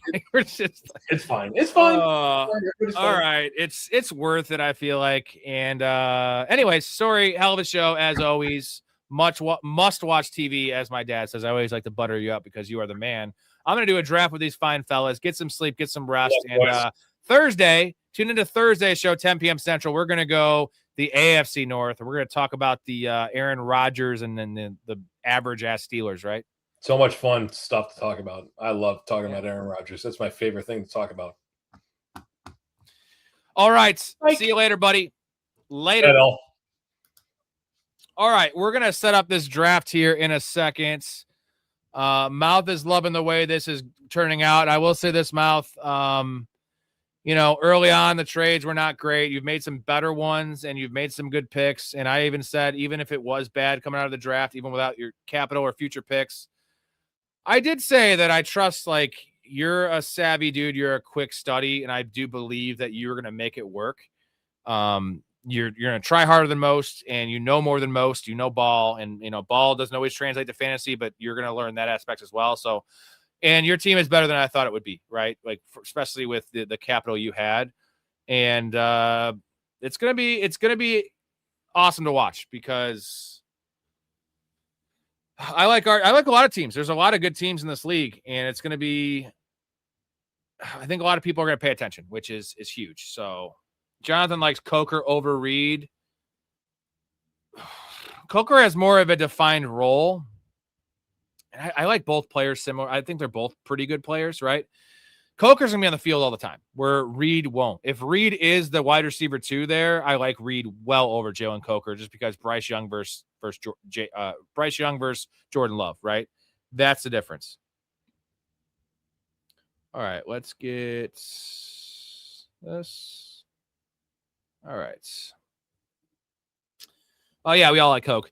Okay, I have to set up my phone here let me get my Wi-Fi on. We're going to do an underdog. We're going to do a super flex, guys. I want to finish that tournament off while it's still up there because I have been digging it. They did pay Reed, but they didn't pay him a lot of money, though, Mouth. It was 3 years, $50 million. That comes out to, $17 million a year?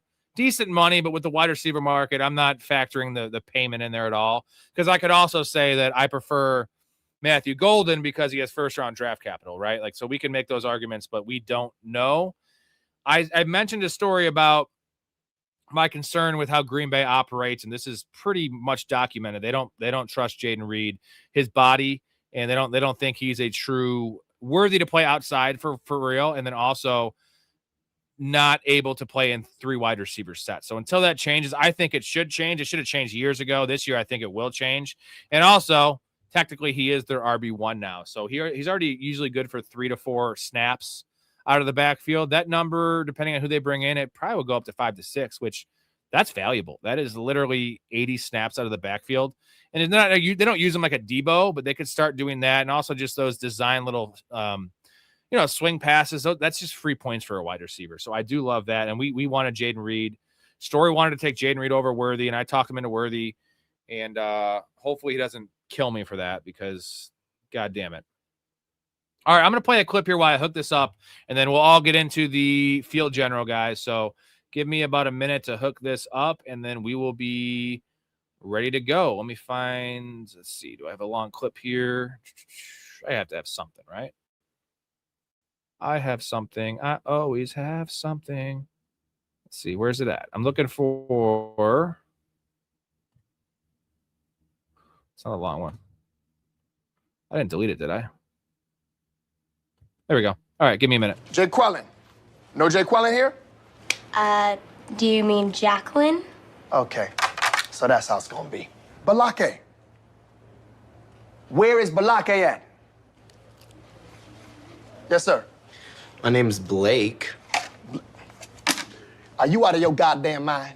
Do you want to go to war, Balake? No. D Nice. Is there a D Nice?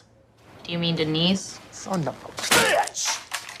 Aaron, where are you? Where is Aaron right now? Here. I said it like 4 times, so why didn't you say it the first time I said Aaron? Because it's pronounced Aaron? Son of a bitch!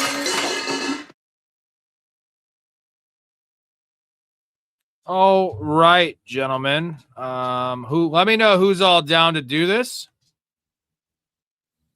Let me know in the chat, and then we will join together. Usually the field general is not the most. I like to do that one too because it's less active and we have more time to get everybody in there. So let me know who's down. I know Mouth's down. Whoever else is in. Jonathan, if you want to join in. I don't know if Dakota's in here, Junk Buster, whoever else is in here. You want to hop on in. Let's get it done. I'm not joining yet. I'm just clicking on it. Field General, 20 seconds per pick. We have Superflex, $3. So mouse in. All right, let's go. I'm joining, boys. 3 more to start. Hop on in now. Mouth is in. 3 more to start.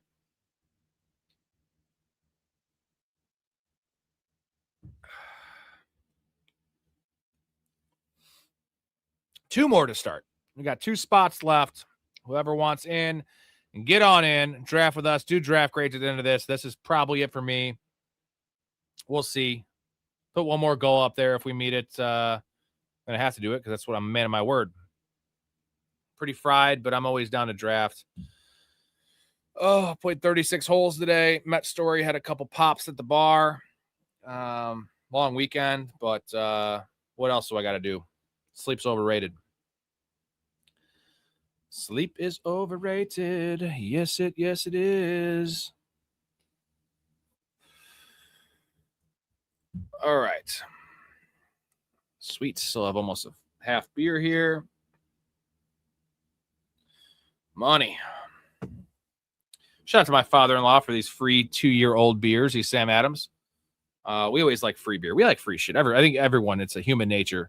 Like sporting events, you see those clowns fighting and dropping their babies over those oversized, terrible T-shirts they shoot out in the gun. They're terrible shirts that don't even fit. People love it. GT, it is a super flex. You got to hurry. 1 left. Super flex. Field General. It's called the Field General. $3. Hurry, GT. 1 left. Hurry. Field General. You could be the last one in here, GT. I'm rooting for him, dude. Still 1 left. Still got 1 left, brother.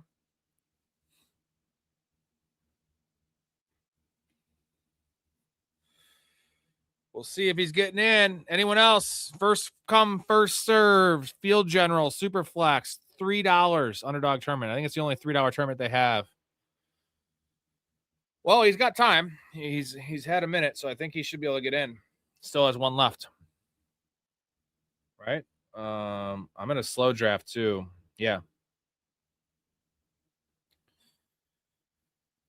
All right, there we go. Is this GT? What is your name, GT, if you're in here? And they got other $3 ones now. Sweet.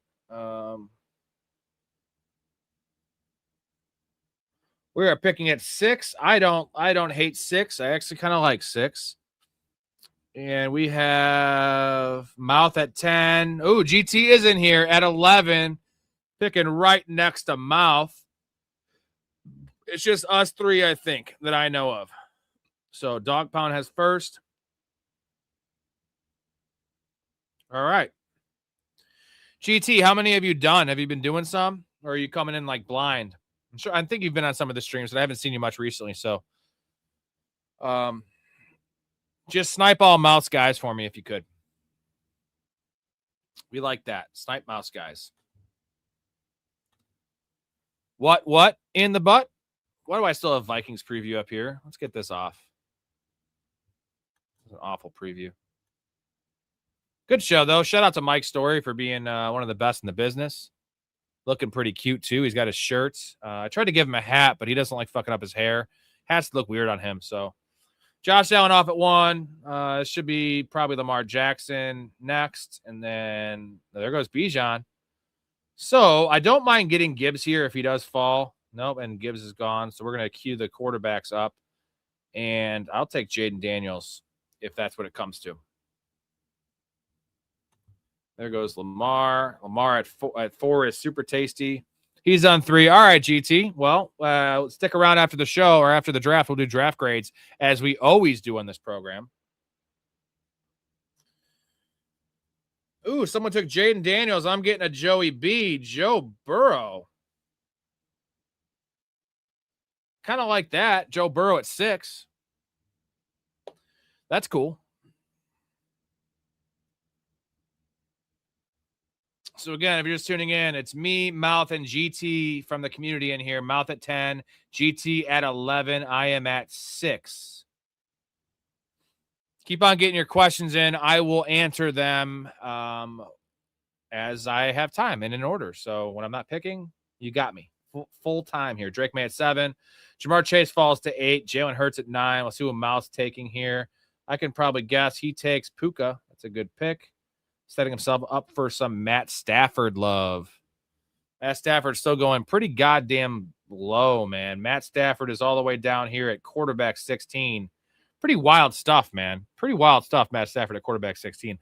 I don't know what the concern is. Did you guys read the report that Matt Stafford, we all knew about the back injury, and that's why I kind of faded Puka last year, because Matt Stafford's back injury. Luckily, I was actually drafting Stafford because how late he went. He was like quarterback 22 or some shit. But I wasn't drafting Puka, and the report came out that they were actually really close to starting Matt Stafford on the PUP or on the injured list to start the year. So that's how it actually wasn't good. And essentially, he's just like, screw it, I'm going to go out there and see how it goes. And it felt okay, and then he just like played himself back into health by like week 2, week 3. So, you know, it sucks that I didn't have Puka last year really at all. I had 35 leagues and zero Puka. But it was for the right reasons. And Puka would have been fine with the backup with Garoppolo. Was it Garoppolo last year? Whoever it was. But it wouldn't be Matt Stafford, right? So we were right to be concerned. It wasn't a bullshit report, but it just ended up working out great. There goes Prescott. Mouth with McCaffrey and Puka. We have, I'm not taking any of these quarterbacks. Cook. We could try to take St. Brown. There's no way I'm getting Jared Goff. There is a way, I think, but let's see here. I can't even take fucking Jared Goff. They have the same bye. So let's take Patrick Mahomes. Think he's ready to start the year. We're going to take Patrick Mahomes. I don't like going quarterback. But it allows us to be really flexible. If I get a value on a third quarterback, I'll just jump on that. If not, we'll just roll with 2 quarterbacks or take a late bomb late, like a shitty rookie, a Carson back or something like that. And then it's got to hope that, these teams should take quarterbacks that have Bijan and Gibbs, at least one. I think Bijan teams should take 2. Otherwise, we will take a third stud. You can't really go quarterback. But if you get the right 3, you can.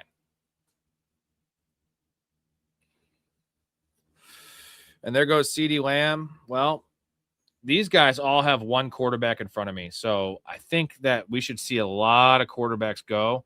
Otherwise, I'm not going to be very happy with he's got Josh Allen and James Cook. I'm not going to be very happy with my pick of. Did I just see Bo Nix go off the board? Way ahead of ADP. It's actually not ahead of ADP. My bad. He went ahead of some of the other guys, though. So these guys all need their second quarterback. We can't take Drake London. We can't take any of these guys. So it's Devin Achane. It's Derrick Henry. I'm going to put Derrick Henry in there. Matt Stafford's probably not falling back to the Puka pick. Yeah. This guy should take a quarterback. I'm either getting Barkley or Derrick Henry here, so I'm fine with that. We're going to go ahead and take my favorite player to draft this year in Saquon Barkley. Super thrilled about that. Very happy. There goes Kyler Murray.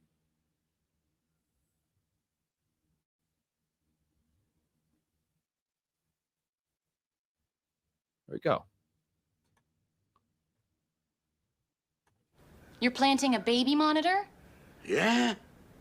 A lot of people are bugging their babies these days.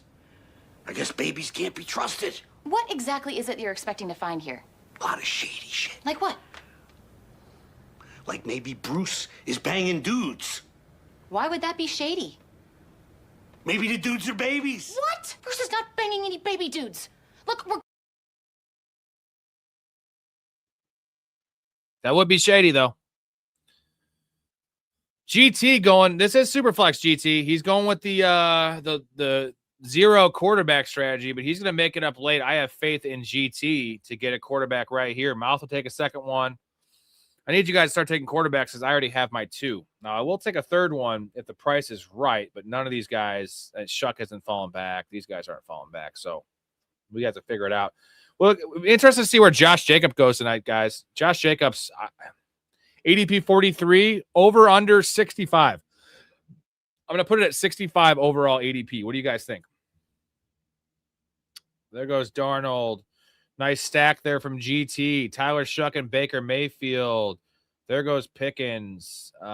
We really need Mr. Can't take any of these guys. I'm going to put Drake London in the queue.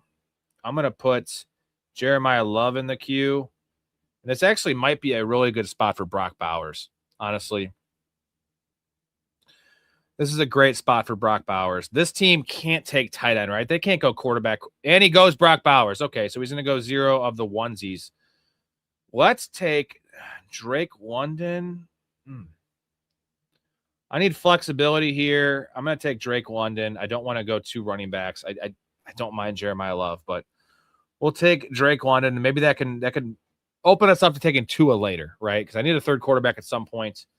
I'm not taking him early, so it can be possibly a Tua pick or Michael Penix or whoever. Penix falls later, so I do like Penix more. I think Penix has more fantasy upside. I think Tua would run the offense better. I also love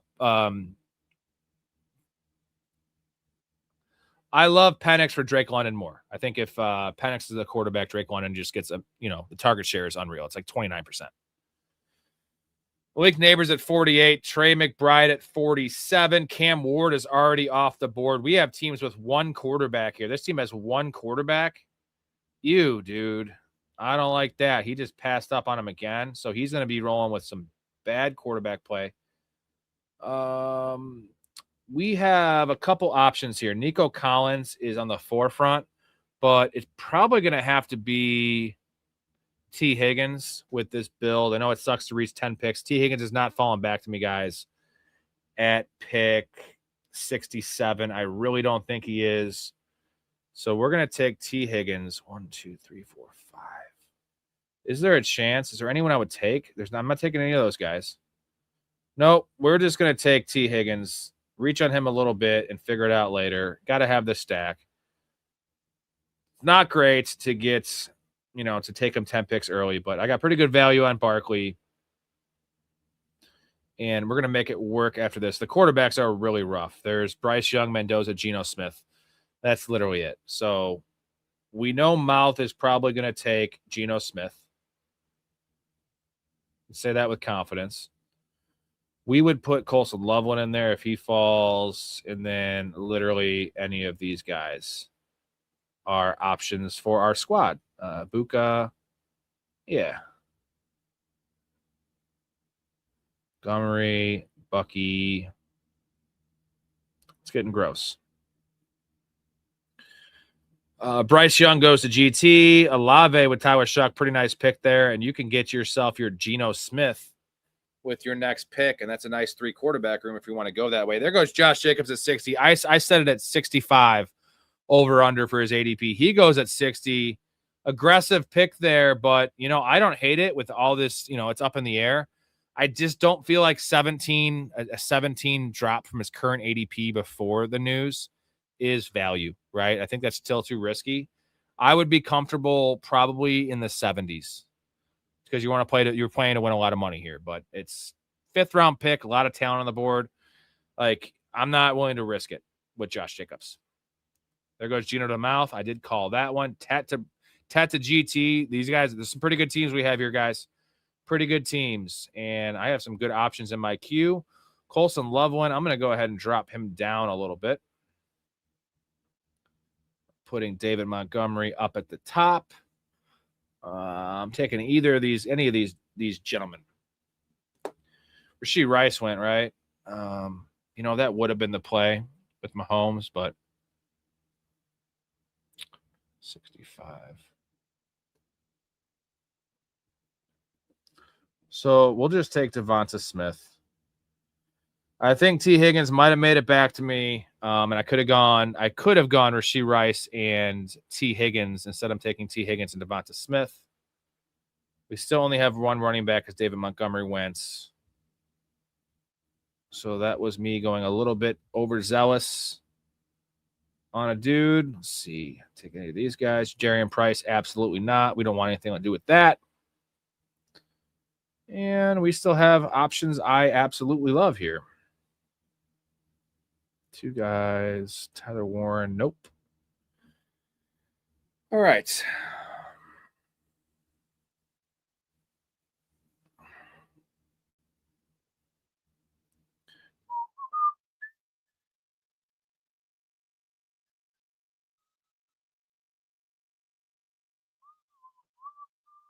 God, this motherfucker's got 4 running backs, dude. And his only receivers neighbors. What are you doing? Took Judkins as his 4. Really silly stuff. Really silly stuff. And there goes Bucky. If this guy's going to take Terry McLaurin, I think. We're going to have to adjust here. And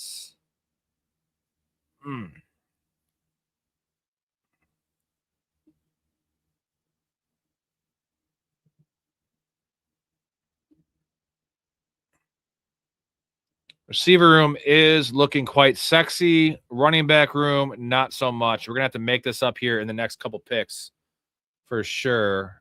Put some guys I'd like in here. There goes Tyler Warren. Can't take him. And there's some options. There's some dudes.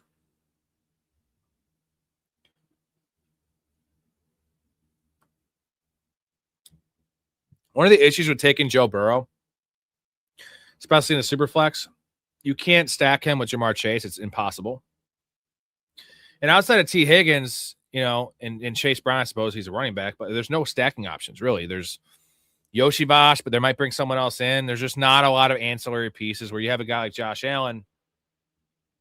You get Khalil Shakir at a value. You can take DJ Moore at a pretty good value. Keon Coleman goes super late. Skylar Bell, Kincaid. There's so many options. There's just not with Joe Burrow. And it's a fine, standalone pick, and you kind of have to get T. Higgins. Hence why I reached on him, and I shouldn't have reached on him. Now, I'm looking back. I should have taken Rashee Rice. There goes Brian Thomas off the board. And there are still some dudes here, man. Wide receivers so deep this year, and especially in Superflex. And God damn it, I'm going to have to take a total bum here. So I'm going to take Bashal Tootin if he falls. He won't fall, though. So I'm going to put in Stevenson. But after that, I don't like any of these guys. So I'm going to probably just keep on stacking. Oh, wow. Quarterbacks really have fallen here. So I'm probably going to have to take Aaron Rodgers. If he is there, why the hell not? I mean, it's pick 9. I'm at 91. Aaron Rodgers is still available. Seems like pretty good value to me. And I will take a third quarterback earlier than I wanted to. I even take Brissett. There goes Rodgers. I would even take Brissett here. I feel like that's really good. Let's take Brissett if he falls. Neither these guys should not take a 4th quarterback. Come on. Don't take a 4th quarterback. You got Kyler, Dart, and May. Sometimes, though, people screw you by doing dumb shit. So we're going to take Brissett. I don't love it because Tootin's available way after ADP. But I'm going to make up running back later, and I'm going to take Brissett to just build a decent quarterback room, honestly. Mahomes is a risky one, I suppose, but we're still stuck with Saquon at running back, so we're going to have to make that up here. We would take Maserati Marv if he falls. That's probably the only guy I'm taking at wide receiver because I already have 4. But there are still some really good options at running back. And I'm going to rank it like this, I think. Marvin Harrison is available. We're going to smash that. And no, he is not. So we can take Michael Wilson later or just have a unstacked Brissett. No big deal to me.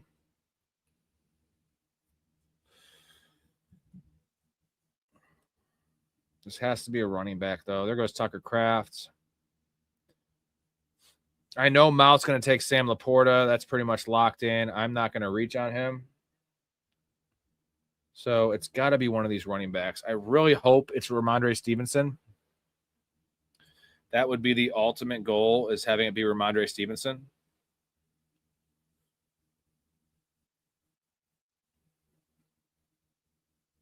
Tony Pollard off the board. There goes Jordan Tyson. This guy's only got 2 running backs. He will probably take one. These next 2 teams have 2 running backs. This guy still only has 1 quarterback, guys. No, he has 2. Sorry, Jordan Love and Lamar Jackson. But he's probably due to take a 3rd. And no, he takes Parker Washington. It's a wild pick. People love Parker Washington. So I'm going to hold. This guy should not take a 4th running back, right? He takes Jalen Warren, so he gives me Stevenson. This guy took 4 running backs. Like, look at this. What are you doing, bro? He literally has 2 receivers, 4 running backs, and 3 quarterbacks. Unnecessary pick there with Jalen Warren. I know it was after ADP, but you got to get some wide receivers in this team, man. Like, this guy has to. Spider. Come on, Spider. RJ Harvey. I'm sure Mouth was looking for that, but Mouth is going to take, calling it right now, guys, Mouth of the South. This is the most obvious Sam Laporta pick in the history of the world. I would be betting a lot of money here that Sam Laporta is his pick at 106. Because he probably can't wait because the guy on the turn does not have a tight end. And A.J. Barner at 83. Whoa. Blake Corum. Hey. He's under contract to the Professional Fanatics League, man. AJ Barner, this is way early. Was this an auto draft, GT? AJ Barner at 83? I feel like that's, obviously it was 100 picks early, so yes, it was very early. There goes Tua. That's a good pick. Very good value there for Tua. Sam Darnold, Bryce Young, and Tua. Pretty solid. Pretty solid.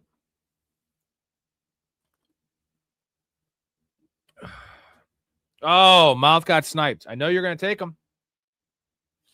Right? Unless you're trying to take Kenyon Sadiq or something. Because he's trying to stack his team, but. And it's gross at running back now. It is really gross at running back. We will pop in Kenneth Gainwell. And Michael Wilson's staring at me right now in the face. And I like DK as well. Jaden Reed could be an option. And, there's still really good tight ends here that should not be there. So I'm going to pop both these guys in here. And there goes Monungai. There goes JCM. Mouth has 3 running backs. This is probably Kyle Pitts. And it's Kyle Pitts. There it is. I know why he did that, though, because he has Kyle Pitts, Laporta, and Fannin to a lesser extent in the same tier. Take the running back that probably was going to be there, and then because he wasn't going to be there because Kyle Monungai and JCM went off the board, and just take your Kyle Pitts. So Harold Fannin's still on the board, though. Which wide receiver would fall back to me? And the answer is probably neither of them. But I think I need the running back more than the wide receiver. I think I need Michael Wilson here. Because this dude's taking DK. There it is. He takes DK. So it's going to be Michael Wilson. This guy might take Gainwell, though. If he's smart, he'll take Gainwell. He does not. I like the running backs later. I'm going to just get a stack with Jacoby Brissett since I have him as my 3rd quarterback. And I'm just going to have probably only a 7 receiver team here. 136, 26. So we're going to put Kelsey in there. If he falls, I can take Kelsey. And there's not a lot at running back. There is not a lot at running back.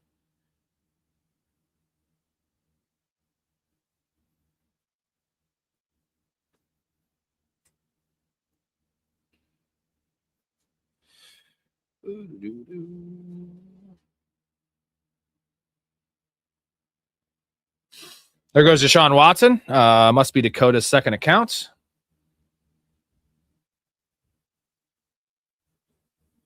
Man, this is slim pickings. J.K. Dobbins should not even be ranked that high. We're going to go ahead and take, I think we're going to take Jordan Mason. No, we're going to take Travis Kelce. This is the Mahomes team. I have to get a little share of the Chiefs offense here. And then we will pound running back late. I think that is the play, to pound running back late. And let's take a look at Mouth and GT's picks here.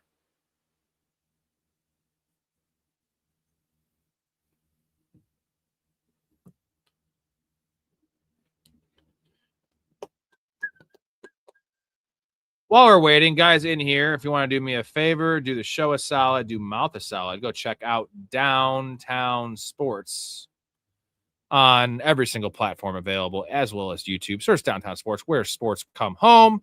That is Mouth, that is Beast. That is a weekly show that you're going to get a lot of NBA talk during the NBA playoffs. You get some MLB talk, even some hockey talk, but a lot of football talk once the football season gets a little closer.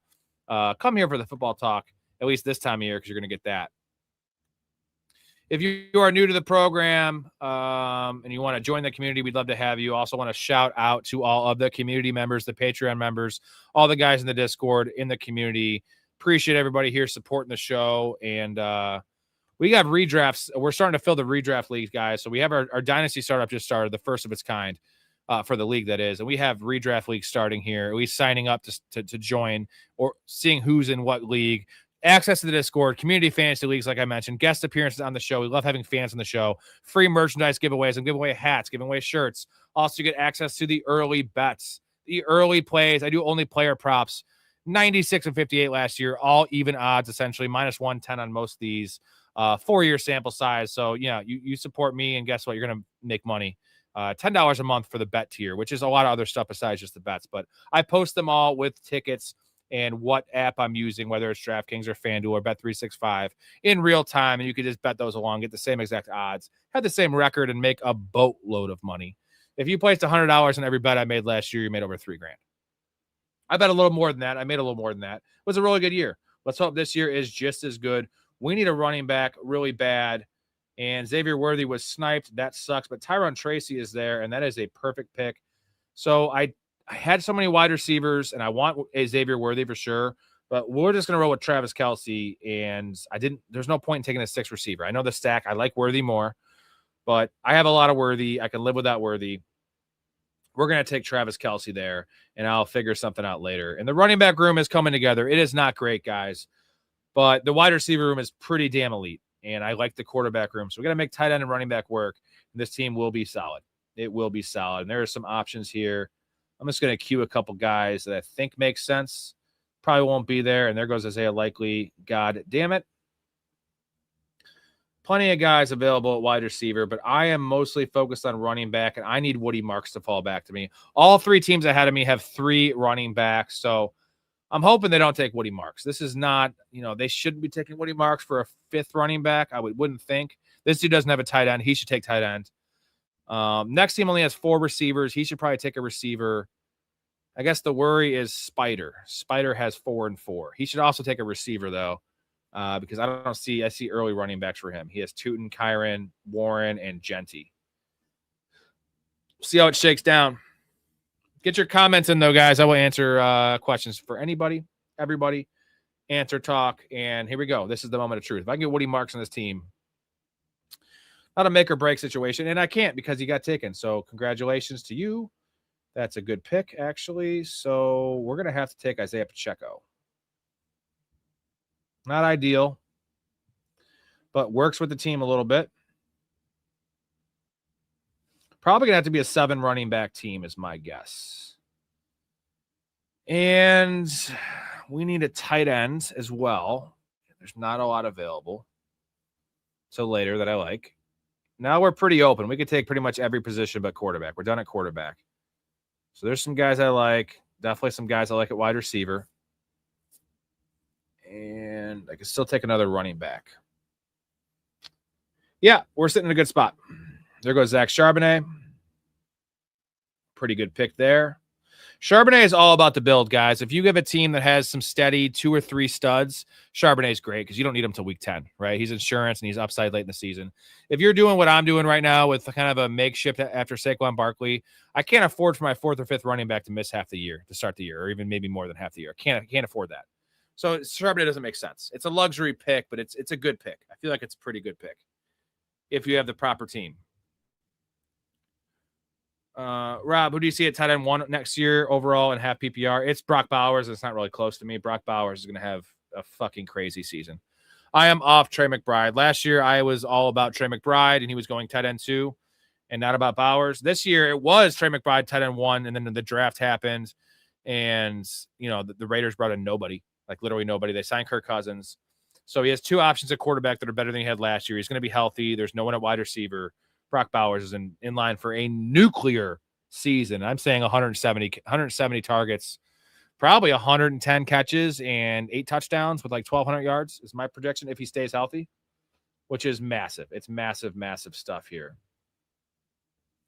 Algier's available. Spears is available. So is this guy. And I unfortunately cannot take the guy I want to take. The guy I want to take is Shaheed. I have to take Dylan Sampson here. I need to reinforce that running back room. You got to take Sampson because, we all want to talk to Sampson. I want to talk to Sampson. Fly me to the moon like that bitch Alice Cram. We love Dylan Sampson around here. Also like Judkins. So running back room's okay now. I feel like I have enough depth to make it work outside of Saquon, and I like the wide receiver room. So it's all about tight ends now. It's all about tight ends now. I got to get one other guy with upside. There's not a lot available. I have no one to stack. I will take Hawkinson. I think I would take Schultz. Right? After that, it gets real gross real fast. This guy is still available. The guy I was going to take, Rashid Shaheed, and Tyler Algier is available. So I have a lot of dudes I love here. And I'm fine with any of these guys, honestly. I might push tight end again and take 4 tight ends. If I could take Tyler Algier here, I can be done at running back. And I think that's what I'm going to do. And I'll just figure out tight end later, right? And Travis Kelce's not great by any stretch. But let's take Tyler Algier and make this a 4 tight end team. I think that makes the most sense because I have 6. I'm fine with these 6 now. So it's a 3, 6, 8, 3. 3, 6, 7, 4 is probably ideal. I need 2 more receivers. I'm fine with just 7 receivers in this team. It's going to have to be a 4 tight end team when I waited this long and Travis Kelce at that advanced age is my starting tight end. All about build here, guys. We got to understand our weaknesses and try to get the best roster we can week in, week out. So I definitely need another receiver here in the next 2 rounds, but I have to take one of these dudes to just give me some weekly floor. One of them has to fall back to me, and I'll feel pretty good about it. I will feel pretty good about it. And I'll take late receivers. I love my receiver room. The receiver room is, I feel like I only have 5, but London, Higgins, Smith, McLaurin, and Michael Wilson, plenty good. I'm going to have to start 3 of them most weeks, but I'm going to end up having 8 or 7, and then I have a decent running back room. So I feel like the quarterback room is relatively elite as well. See how this team grades out, guys. After the show, we do draft grades, as always, with all the community members drafting in here. Give us your grades. PZ, not a lot of news on Judkins yet. I'll get to that comment in a second. We'll chat that out. We want Charbonnet or Price. Probably Charbonnet when he starts, when he gets healthy. I mean, at cost, it's Charbonnet because Price is a 5th-round pick. Like, that's insane. So when, let's say they're both healthy week 13, I want Charbonnet. I want Charbonnet for sure. There goes Njoku. Okay. Emmett Johnson. I am glad I waited. I just didn't take a running back. Okay.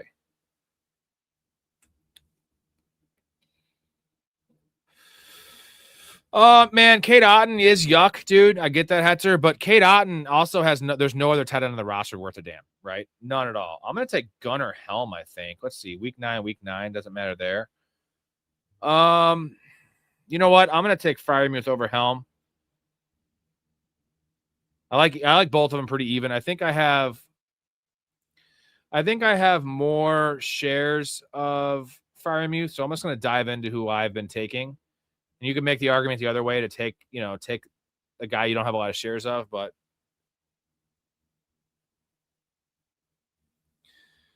I would say I think it's hard to say Gunnar Helmut's more upside than Freiermuth, but I really do think that he does.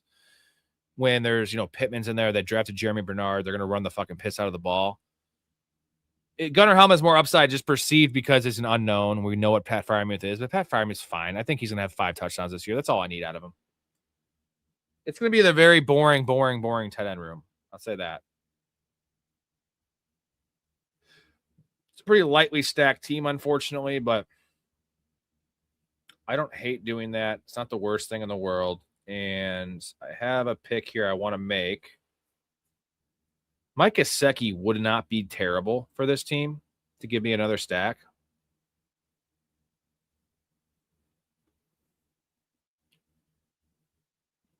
We got McAuliffe in here. What's up, man?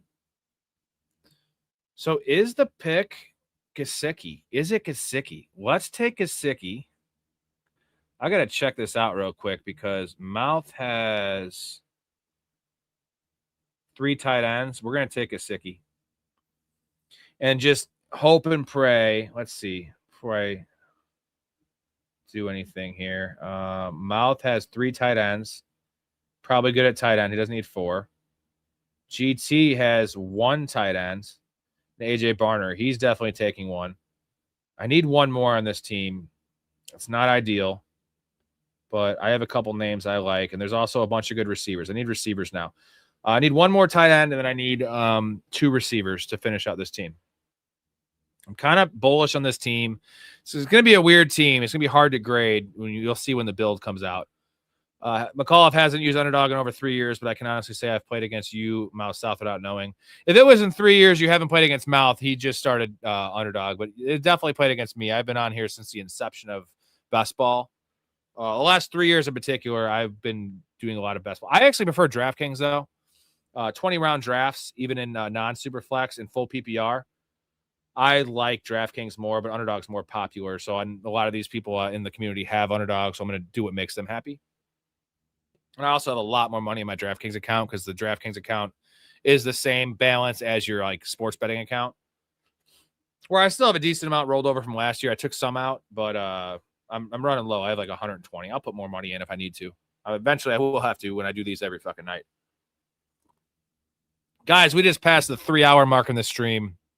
Epic NFC North breakdown from me and Mr. Storey. Mostly Storey. I just host, but I'm kidding. That was 2.5 hours. Now we're on to drafting. So this is probably the last draft. If we do hit the goal, I will do 1 more.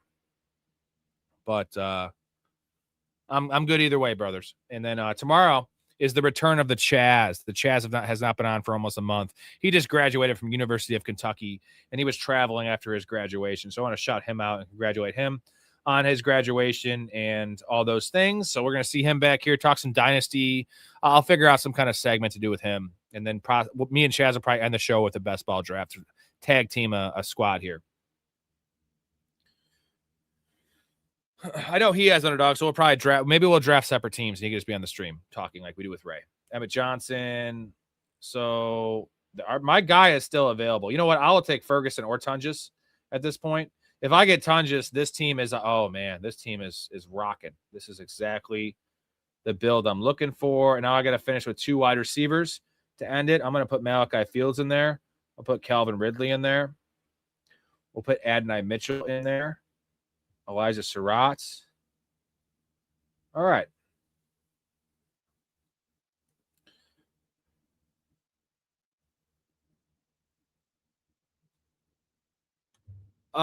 Trust me, dude. Underdog has some major issues with that kind of stuff. Sometimes it's tough to get your money out of there too. There's a lot of stupid fine print bullshit where DraftKings is linked to your actual betting account. DraftKings is far superior, but Underdog is the number one name in the game. So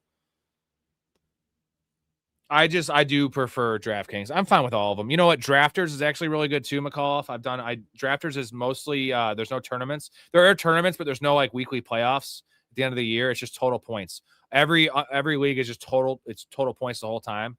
So I do love that. Up next, 3 guys in my queue. Well, this is an easy Malachi Fields pick if he's available. we will do that. Well, McAuliffe, you're welcome to sign back up, or McAuliffe, you can draft DraftKings with us. We do DraftKings a couple days a week as well. So you're welcome to come do some DraftKings with us. McAuliffe, well, you'll know exactly what days they are, but I released those in the Discord, the times, like before, earlier in the day, what the show is. And get in the Discord, McAuliffe, and then you can get all the information, as well as, the extra perks of being the Discord, which is there's plenty. So I would love to have you in there and draft with us. You get draft grades. Beyond that, you get a lot of good stuff. So would love to have you in there. Go to the website and sign on up, and we will get you involved here. I know the season seems like it's far away, but it's actually not. I mean, next month's the last slow month, and then July is full go. You got to be prepping for all your leagues, and then August is draft time. There goes Adonai Mitchell to mouth. Calvin Ridley went ahead of him there.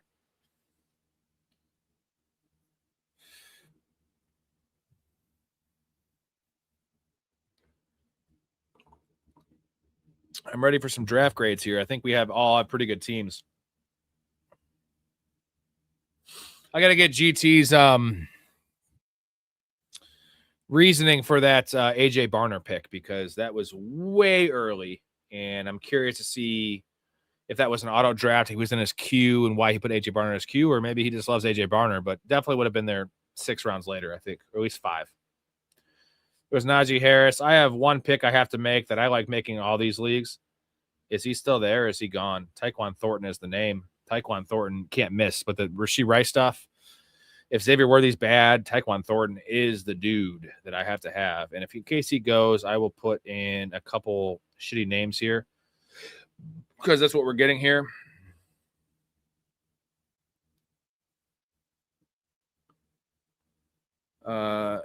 David, I'm barely tuning in right now. Not sure if you talked about Jacobs' future, but is this the time to stock up on Marshawn Lloyd?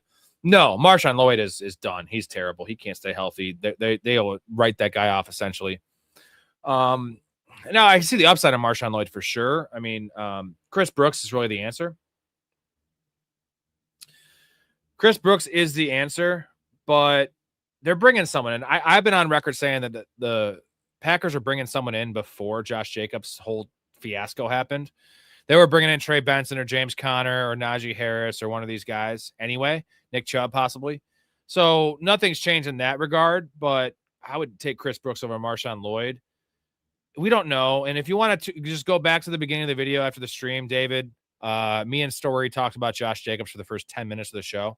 So you get a full breakdown of not just Josh Jacobs news, but what it means for fantasy, what it means for the, who's possibly going to go there, where the value's at, what it means for the wide receivers, all that kind of stuff. What it means for the Packers also. So, yeah, if you just want to go back to it's literally the first thing we talked about, like 2 minutes to 10 minutes in. So,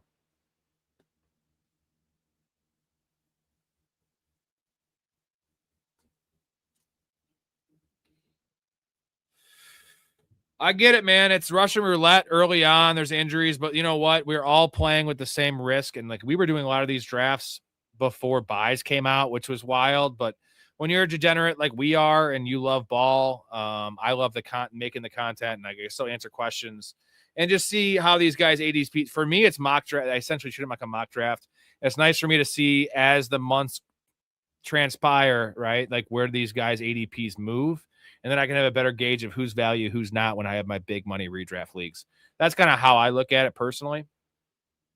Yeah, you'll get the notifications. I'll give a lot more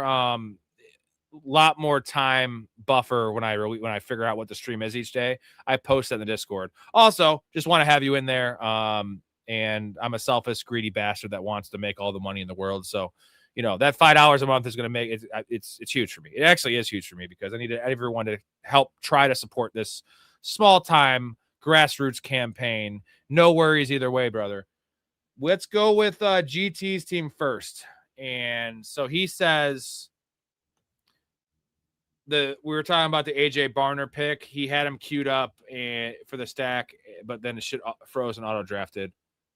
Oh, damn, 4 auto drafts. Yeah, that's why I like the queue, but I only queue guys for 1 round. I refuse to queue that far ahead for that reason. Let's check his team. Sam Darnold, Bryce Young, Tua, Tugga. We'll just call him Tua. came together well. The Tua pick was huge for you because you got him after ADP. You needed a third quarterback, and he's going to start the year by all accounts in my mind. So,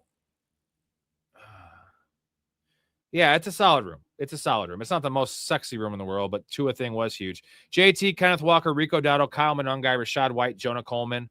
I do dig the running back room. I like Monungai as your 4, and Rashad White's a nice little floor play there at 5. Big fan of Kenneth Walker, so not a bad room there. JSN, Tat McMillan, Michael Pittman, Jalen Coker, Denzel Boston, Isaac Tesla, Malik Washington, and Tank Dell. This is 8 of them is fine. It's not the sexiest room in the world, but it's okay. And then we have AJ Barner, Evan Ingram, and Darnell Washington. So this team's going to grade out bad just based on the fact that AJ Barner was picked almost 100 picks, right? 90 picks ahead of ADP because the auto draft, and AJ Barner would be nice as a 3, maybe even a 2.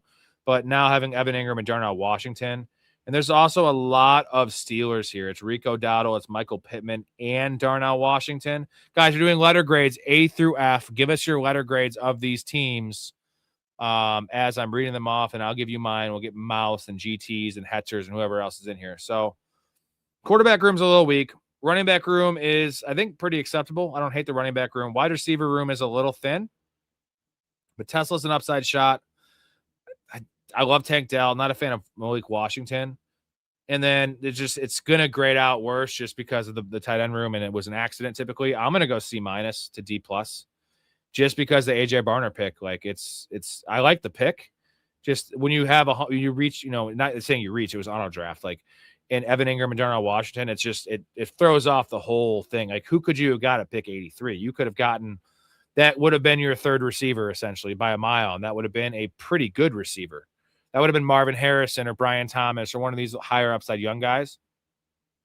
So I got to go D+. I feel like if you just didn't have the AJ Barner thing and you had him in Evan Ingram spot, and you took a tight end there. Let's say you took Sam Laporta, AJ Barner, Evan Ingram. That makes us a C+ to a B- team because I don't hate the team. And yeah, Rodgers would have made this team better too, just based on an inherent upside with all the Steelers. So D+ is C-. Like, it's gonna be hard to get a good grade, and it's not saying this team's over with, because AJ Barner, you need a lot from him, and the other guys just aren't great. So we have a C for Mouth. Let everyone else know what you have in there. We're gonna go on a Mouth's team though.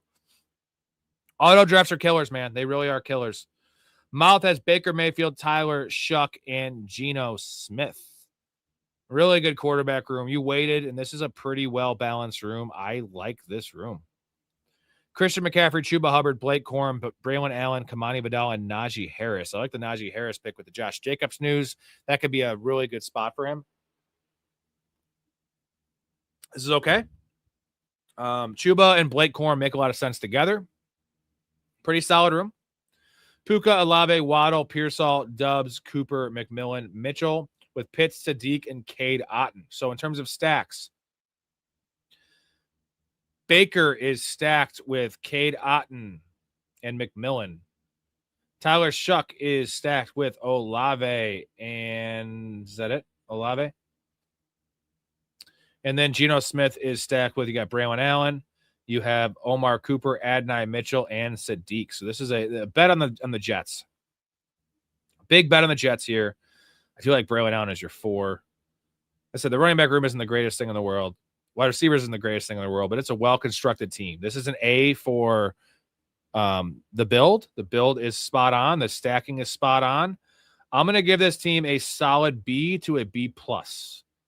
I feel like nothing really blows me away about this team, but it's very good all around. This is a very well-balanced team that actually has some pretty big upside with, the Jets. I know it's not the team you want to really invest in, but I am higher on the Jets than most. Not as high as you, Mouth, but it's a pretty well-constructed team, man. There's nothing. Maybe I'll go B+ actually, because I feel like I'm gonna give you a benefit on the build.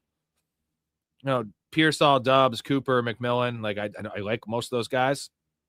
High-end receivers are a little lacking, and the high-end RB2 is a little lacking. So that's B to B+ is my grade. Hetcher says B. Mouth, what is your grade for your team if you're in here still? But the quarterback room, with what you worked with how you weighted at quarterback, I feel like you came out pretty well there. You could have done a lot worse when you wait and you went running back wide receiver start. Pretty nice. And I love the value you got on Kyle Pitts. And again, you actually took him one pick ahead of ADP, but Kyle Pitts, that's value because we all know Kyle Pitts and Sam Laporta, those two in particular, should be going 10 picks earlier. All right, let's go to my team here. I think I like this team, but we'll see how it looks and how it grades out. Joe Burrow, Patrick Mahomes, and Jacoby Brissett at quarterback. Barkley, Stevenson, Tracy, Pacheco, Sampson, and Tyler Algier at running back. Not the greatest running back room. I'm probably only starting 2 a week. I don't see a lot of flex appeal from any of these guys outside of injuries happening, but essentially I have Barkley as my workhorse. Stevenson is a 1A in that backfield. Tracy as pretty much a 50-50 split early on. Pacheco is a playable handcuff. Sampson, playable handcuff. Algier, maybe some touchdowns. Drake London, T. Higgins, Devonta Smith, Terry McLaurin, Michael Wilson, Malachi Fields, and Tyquan Thornton with 4 tight ends because I didn't really have any tight ends. Travis Kelce, Pat Freiermuth, Mike Gesicki, and Jake Tunges. I love Tunges. Stacking-wise, we have Joe Burrow with T. Higgins and Mike Gesicki. We have Patrick Mahomes with Tyquan Thornton and Travis Kelce, and we have Jacoby Brissett with Michael Wilson. So not exactly the most stacked team, but evenly stacked. Tight end room is not great. I have some hope for Kelce, right? Last year was rough, but still had 5 touchdowns in a down year, right? I expect 5 or 6 touchdowns. I expect maybe 600-700 yards. He's a fine anchor, I guess, if you want to call him that. Freiermuth steady, Gesicki just for the stack, and Jake Tunges giving you some early season stuff there. I like the first 4 receivers. Michael Wilson's fine. And then I didn't need much else after that, I felt like. And then I like Malachi Fields early in the year. Think he's going to be on the field a lot. And Tyquan Thornton is one of my favorite players to draft now with all the news and Rashee Rice stuff with Mahomes. So this team is really a bet on Mahomes and Joe Burrow's health. I feel like if they're healthy, this quarterback room has a chance to be one of the best quarterback rooms in the league, at least in terms of this specific draft. And if Brissett, I don't even need Brissett to stay in all year, right? I need like 12 weeks of Brissett to give me some, especially early in the season. That matches really well with Mahomes. Hetra says B-. Mouth, what do you have, GT? What do you have for a grade for this squad? I think the first 4 receivers should be able to carry me. I really wish I had waited on T. Higgins to see if he came back to 67. I don't know if he could, but I would have had instead of this would have been Rashee Rice as my 2 and T. Higgins as my 3. But I almost prefer, take the stacks away, I almost prefer Devonta Smith to Rashee Rice personally. Mouse says B+. Devonta Smith as a 3 is awesome. We just need AJ Brown to get fucking traded. And actually, you know what, Mouth? We don't want that to happen because we've been taking Devonta Smith under the assumption that AJ Brown's gone way ahead of ADP this entire time. And now ahead of ADP is, I got him after in this case, but I've been taking him, 5, almost a whole round ahead of ADP. And I don't know why people are sleeping on Devonta Smith. Because I feel like if AJ Brown doesn't get traded, Devonta Smith will still return value or at least meet his ADP, right? And when he gets traded, Devonta Smith is going to be a top 12 receiver. And am I wild to say that? Because I love Devonta Smith. He's been so consistent. Just look at the targets, guys. Like the 1 year he actually had over 130 targets, 95 catches, almost 1,200 yards and 7 touchdowns. And now look at the targets, 112, 89, he got hurt, 113. Like 110 targets for Devonta Smith. I get it's because A.J. Brown's there and they run the piss out of the ball and their defense is elite. Well, their defense is a little worse. Jalen Hurts should play better this year, and he should have 130 targets again. So look what happened the last time he had 130 targets. So and maybe he won't get 136. I think he's good for 125, and the level of player he is, 125 targets for Devonta Smith is 85 catches, right? 90 catches. It's going to be 1,100 yards. It's probably going to be 7 touchdowns. Yeah, Waddle, it should be a value too, Mouth. I think my only worry about Waddle is, and you think Devonta Smith should be a guy that gets hurt more than he does because how small he is. Waddle just doesn't stay healthy, and he's just always banged up, whether that be in-game, missing a couple series or missing a couple weeks. It's always a shoulder or a hammy. Waddle's still only like 27 years old. I love both these guys. Obviously the price, Smith is a little more expensive, but give me both these guys. I'm just a little worried about Waddle's health, but the situation there, Cortland Sutton is I'm not worried about the Cortland Sutton thing. Cortland Sutton's going to have a fine year too, but Cortland Sutton's going to allow Jalen Waddle to be the move guy, right? Sean Payton will identify one of these guys in their offense. Usually it's a tight end or running back. They don't have a good enough tight end, and RJ Harvey's fine, they don't have a good enough running back or tight end to play that joker role and that like mismatch role, it's going to be Jalen Waddle. And Jalen Waddle has a 100+ catch season under his belt. He has a 1,300-yard season under his belt, I think. Let's go back and look at Jalen Waddle. You have him, right? So, yeah, he has his rookie year. So his rookie year is not on here. His rookie year was the 100-catch season, right? And then second year, 1,356 yards, 8 touchdowns, and 1,000, the 744, the 910. A lot of injury stuff there. And just the offense fell apart, right? This offense is fine. So, yeah, man, I think both these guys, Waddle and Smith, like I'm comfortable with Smith. Smith is my one. If I wait, I go running back or something. I'm comfortable with Waddle as my 2. I really am, and that's kind of where he's going in drafts. And I think that he is a unique blend of upside and floor, right? Like Waddle has the speed to take the top off. Bo Nix has been disappointing as a deep ball thrower and pretty erratic, but he can hit it, man. Bo Nix can hit it. The offense can scheme that kind of stuff up. I love all 3 levels for Jalen Waddle's game. So it's all about health for him, which I don't have any worries about Devonta Smith's health, really. He always says healthy, so.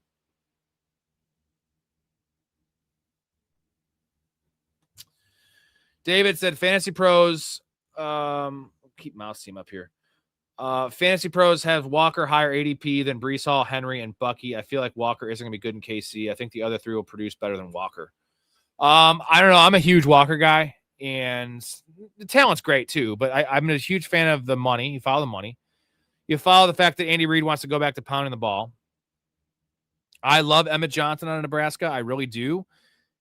Early in his career, he profiles more as a passing down back, and there's nobody else there. It's DeMarcado, I think they have, as their 3. And you have Patrick Mahomes coming off injury. So Patrick Mahomes is going to run way less this year.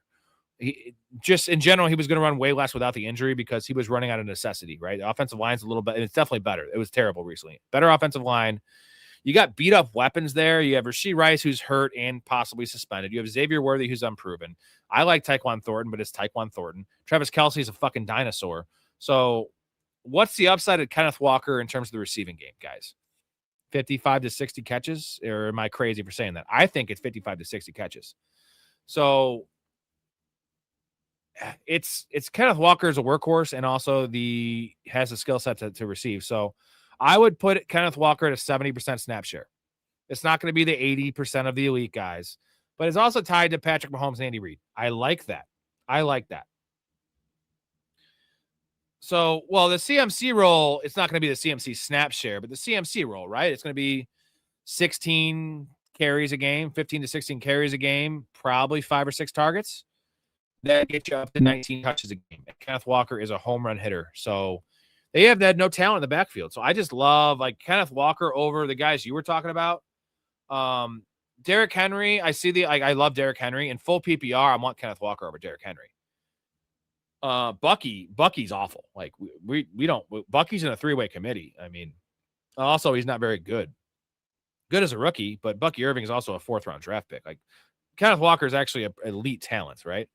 So, yeah, and then Breece Hall is the one that I could see going the other way, but also, like, let's just say everything's equal. Do you want the starting running back on the Jets or the starting running back with Patrick Mahomes and the Chiefs? I'm taking the Chiefs because, I mean, dude, we just saw Kareem Hunt have, like, almost double-digit touchdowns 2 years ago in, like, not even a full-time role. So, yeah, it's definitely Kenneth Walker. This is the good one. Walker over Hampton. Now we're talking because we're talking PPR, right? And if it was half PPR, I'd take Derrick Henry over Walker. Like Derrick Henry is a 1st-round pick in half PPR in my mind. I always take him as such, and it's always value. I think Derrick Henry is a fine mid-2nd round pick in PPR. I prefer late second, but mid-second's fine. Hampton is more of the mystery bag, right? I'm taking Walker over Hampton. That's just me because they brought in Keaton Mitchell. Kamani Vidal is still going to have a role. I kind of trust the Chargers offense more, but I don't know how good Hampton is a player. I think Hampton's a fine player. I know Kenneth Walker is a great player, right? I know he is. I don't know if Hampton is. So that's really close. I could see the argument to take Hampton. I would almost say if I had 10 teams, and I have a lot more than that. Let's say I had 10 teams and I had that 16th pick. That's where they're kind of going. The 4th pick in the 2nd round, 5th pick in the 2nd round, 17th pick. I would probably take Walker 7 times and Hampton 3. That's just me. If you told me you wanted Hampton 7 times over Walker, I wouldn't blame you. And also, Kenneth Walker has not had the best luck staying healthy, and that he's not stayed healthy in a part-time role, essentially, in like a 50-60% role. So hey, you give him 80%, he probably will break. Don't fucky with Bucky is that's kind of our slogan here, right? You don't want to fucky with Bucky. No, Bucky Irving. David, you play a lot of Dynasty, right? Because Dynasty is a whole different conversation. I would want Hampton over Walker in Dynasty just based on age. Kenneth Walker's not an old man. He's 25, but Amarian Hampton's like 22. So give me Amarian Hampton with pretty good draft capital. And the guys I mentioned are more concerns for him this year. I don't see a long-term concern for Hampton, right? Jonathan, fuck with him. I see the upside of Bucky too, but I can't compare Bucky to these other guys. Yeah, for PPR, like I love Kenneth Walker, and I think Hampton. God, Mouth, what is your answer? Hampton or Kenneth Walker? Jonathan, you give me your answers because it's close for me. I'm going to take Kenneth Walker though. I'm going to go for the moon with that, and I don't think Amarian Hampton has top 5 upside, and that might sound crazy, and that I say Kenneth Walker does. I just don't think he does. I think Hampton's more of a floor play. I think Walker's more of an upside play. I want to hear the poll of how many people want in full PPR. Who do you want out of those two guys? Kenneth Walker or Marion Hampton?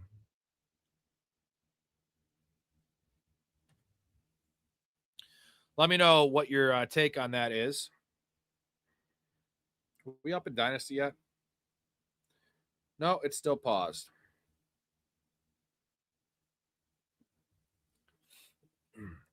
I'm waiting. We're waiting. Jonathan likes Walker for upside, but for sure he is all of Casey's offense right now. And I do like, obviously we're all playing to win the championship at the end of the year, but like I am more that will play for early season because I have 35 leagues, right? I want to make the playoffs as many leagues as I can, and then I'll figure it out later. I'm not saying Kenneth Walker will go away when Mahomes gets healthier and Rashee Rice comes back. But early season, I feel like it's going to be a lot of Walker. They paid him for a reason. They have to protect Mahomes if he is playing. If it's Justin Fields, they're going to run the ball a million times with Kenneth Walker. So there's something about, playing for the early season in a way. And it's not like Kenneth Walker's going to go away. But you can't win the championship if you don't make the playoffs, I guess is the way I would put it. And I'm curious to see what Mouse says. Yeah, the thing is, like with Bucky, right? Say in redraft. Let's just say it's a redraft with Bucky. If regardless of what the ADP is, I am not comfortable in any way taking Bucky Irving as my RB1. I can't have it. I can't have a guy that's the workload concerns, goal line usage concerns. As an RB2, it's worth it because I feel like he'll still give me he's going to have the 15 touches a game. It's just what do those touches look like, right? Is it between the 20s? Is it what's the passing involvement? Is Kenneth Gainwell eating too much into that? He could be an RB1 again. He also could be like a borderline RB3.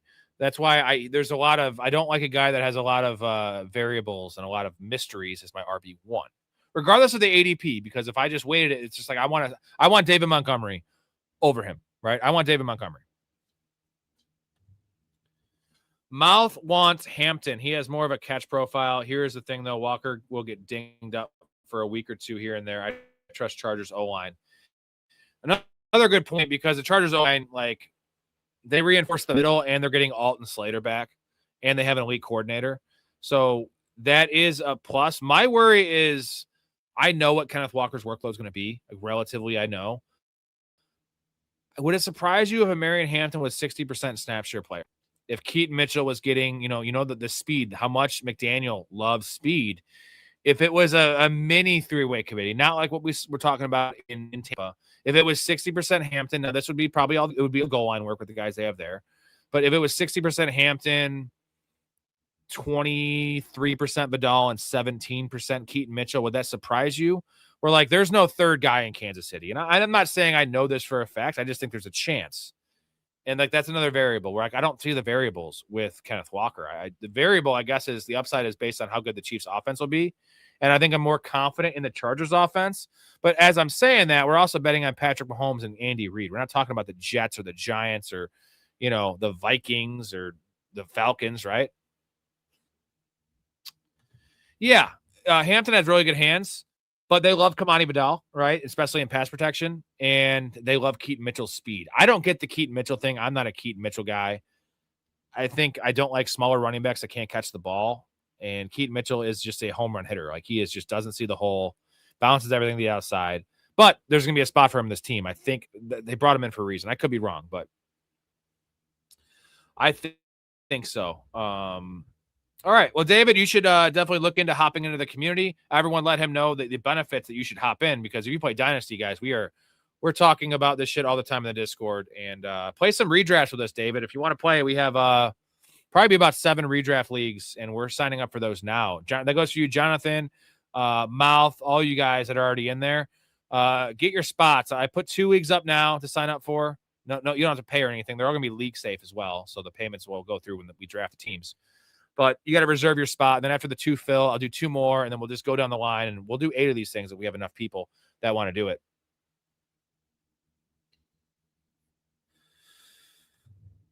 Yeah, Vidal is a third down back only. My worry is the Keaton Mitchell thing, and I would like to think that it should be Hampton 70%. It should be Hampton 75%, but it's just, we've seen this before, right? And Hampton also did get hurt last year. He doesn't profile as a guy that's going to have injury concerns. But I just have less questions with Kenneth Walker. I really do.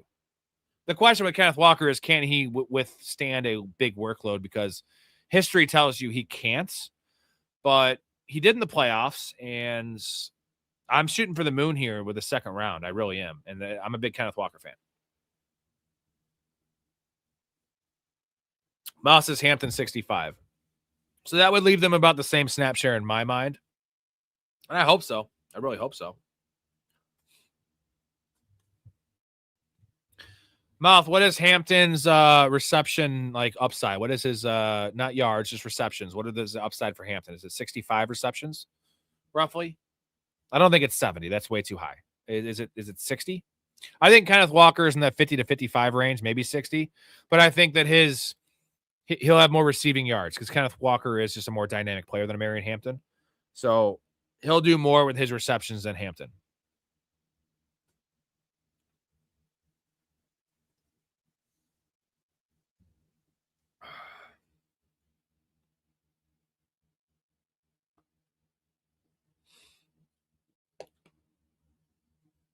I'll play a clip by Mouth answers this. It's we're almost approaching 4 hours in the stream. Jesus. We be pounding them. We be pounding them. We got to definitely write a song about how we do not diddle kids. Do not diddle kids. It's no good diddling kids. There is no quicker way for people to think that you are diddling kids than by writing a song about.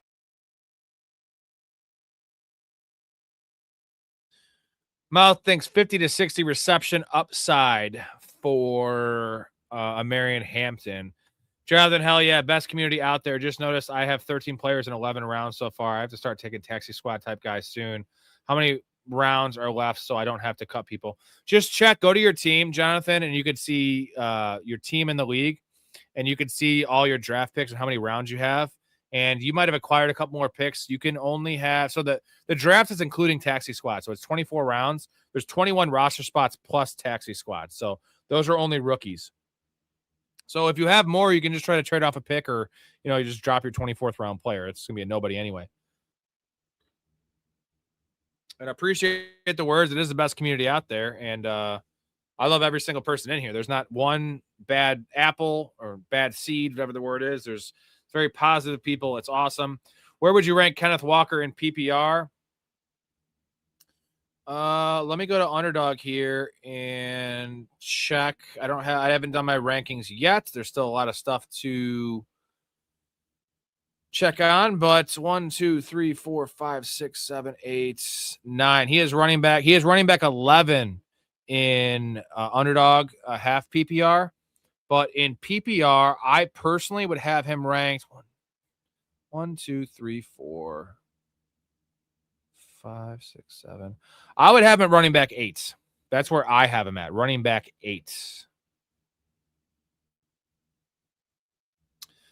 No, you were crazy for trading stuff. You just made it work. Like you would have, but imagine, Mouth, if you had a full complement of picks, you would have made it. Your team would be even better if you had full, middle rounds and stuff like that. Maybe not, but better draft capital. You would have had a better team.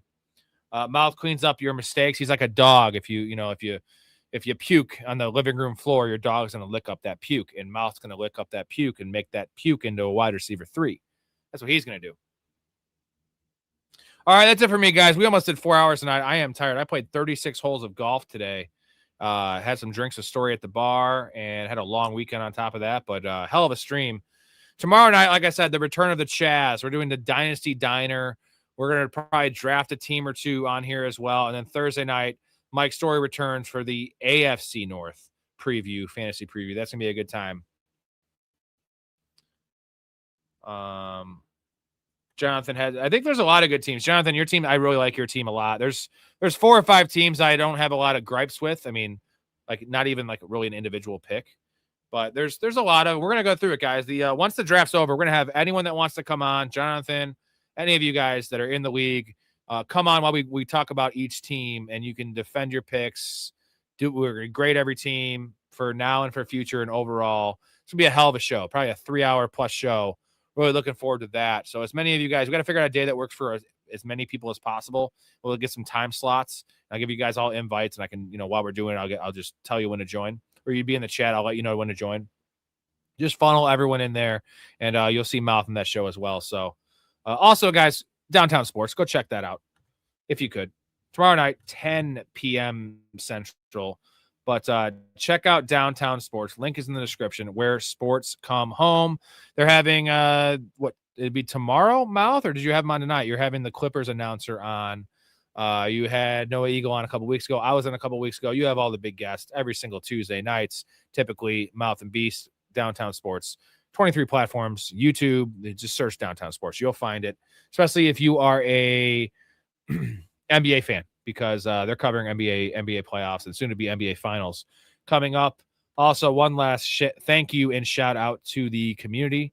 Appreciate you guys, as well as if you want to join, really easy, but no better time getting ready, locked in for this football season coming up. Obviously, you see there's news still always dropping in, but Josh Jacobs, crazy stuff. Discord, community fantasy leagues, guest appearance on the show. We love to have fans on the show. Free merchandise giveaways, hats and shirts, and a lot more, including the and more is including the bets, the access to the bets, 96 and 58 last year. If you sports bet, most likely most people lose. You won't lose if you make my picks, because we don't lose. You're also going to have Mouth doing his NFL game picks, Storey with his college football plays, 3 ways to win, and we're going to be winning this year. So on top of that, the fantasy, I answer everyone's question individually. DM me, DM any of the co-hosts. Mouse in there, he'll answer any of your questions. Jonathan, Dakota's on here every night. These guys are typically in the show every night. So also a great way to support the show, and we'll make money on fantasy, guys. We're going to just dominate. So radio voice of the Clippers, Carlo Jimenez, is coming on tomorrow morning. So that show will probably be released tomorrow afternoon or tomorrow evening. So look out for that. That about wraps it up for me, gentlemen. Great show. Pretty good teams we drafted. A great performance by Mr. Storey. That was awesome. Again, 10 p.m. tomorrow with the Chaz. I think that's it for me. Anything else? I'm probably going to zonk out pretty early here, but just hit me up in the Discord. I'll get back to you in the morning, and any questions you have, anything, trades, dynasty, life advice, maybe not life advice, but questions like that. So that's it. Love your life. Stay positive and respect each other. I'm out. You just seem like a good dude. I thought I'd see if you want to grab a beer, that's all. I'm glad you called. We get home safe, Pistol. You got it, Jobin. Sorry, what? Nothing. Oh, what'd you say? I don't know. You nicknamed me Pistol, and I just called you Jobin. It means nothing. I'm drunk. I'm gonna call a cab. All right, man. You have my number, yeah? I got you stored in my iPhone. All right. If you need me, call, okay? Oh, man, I'm good.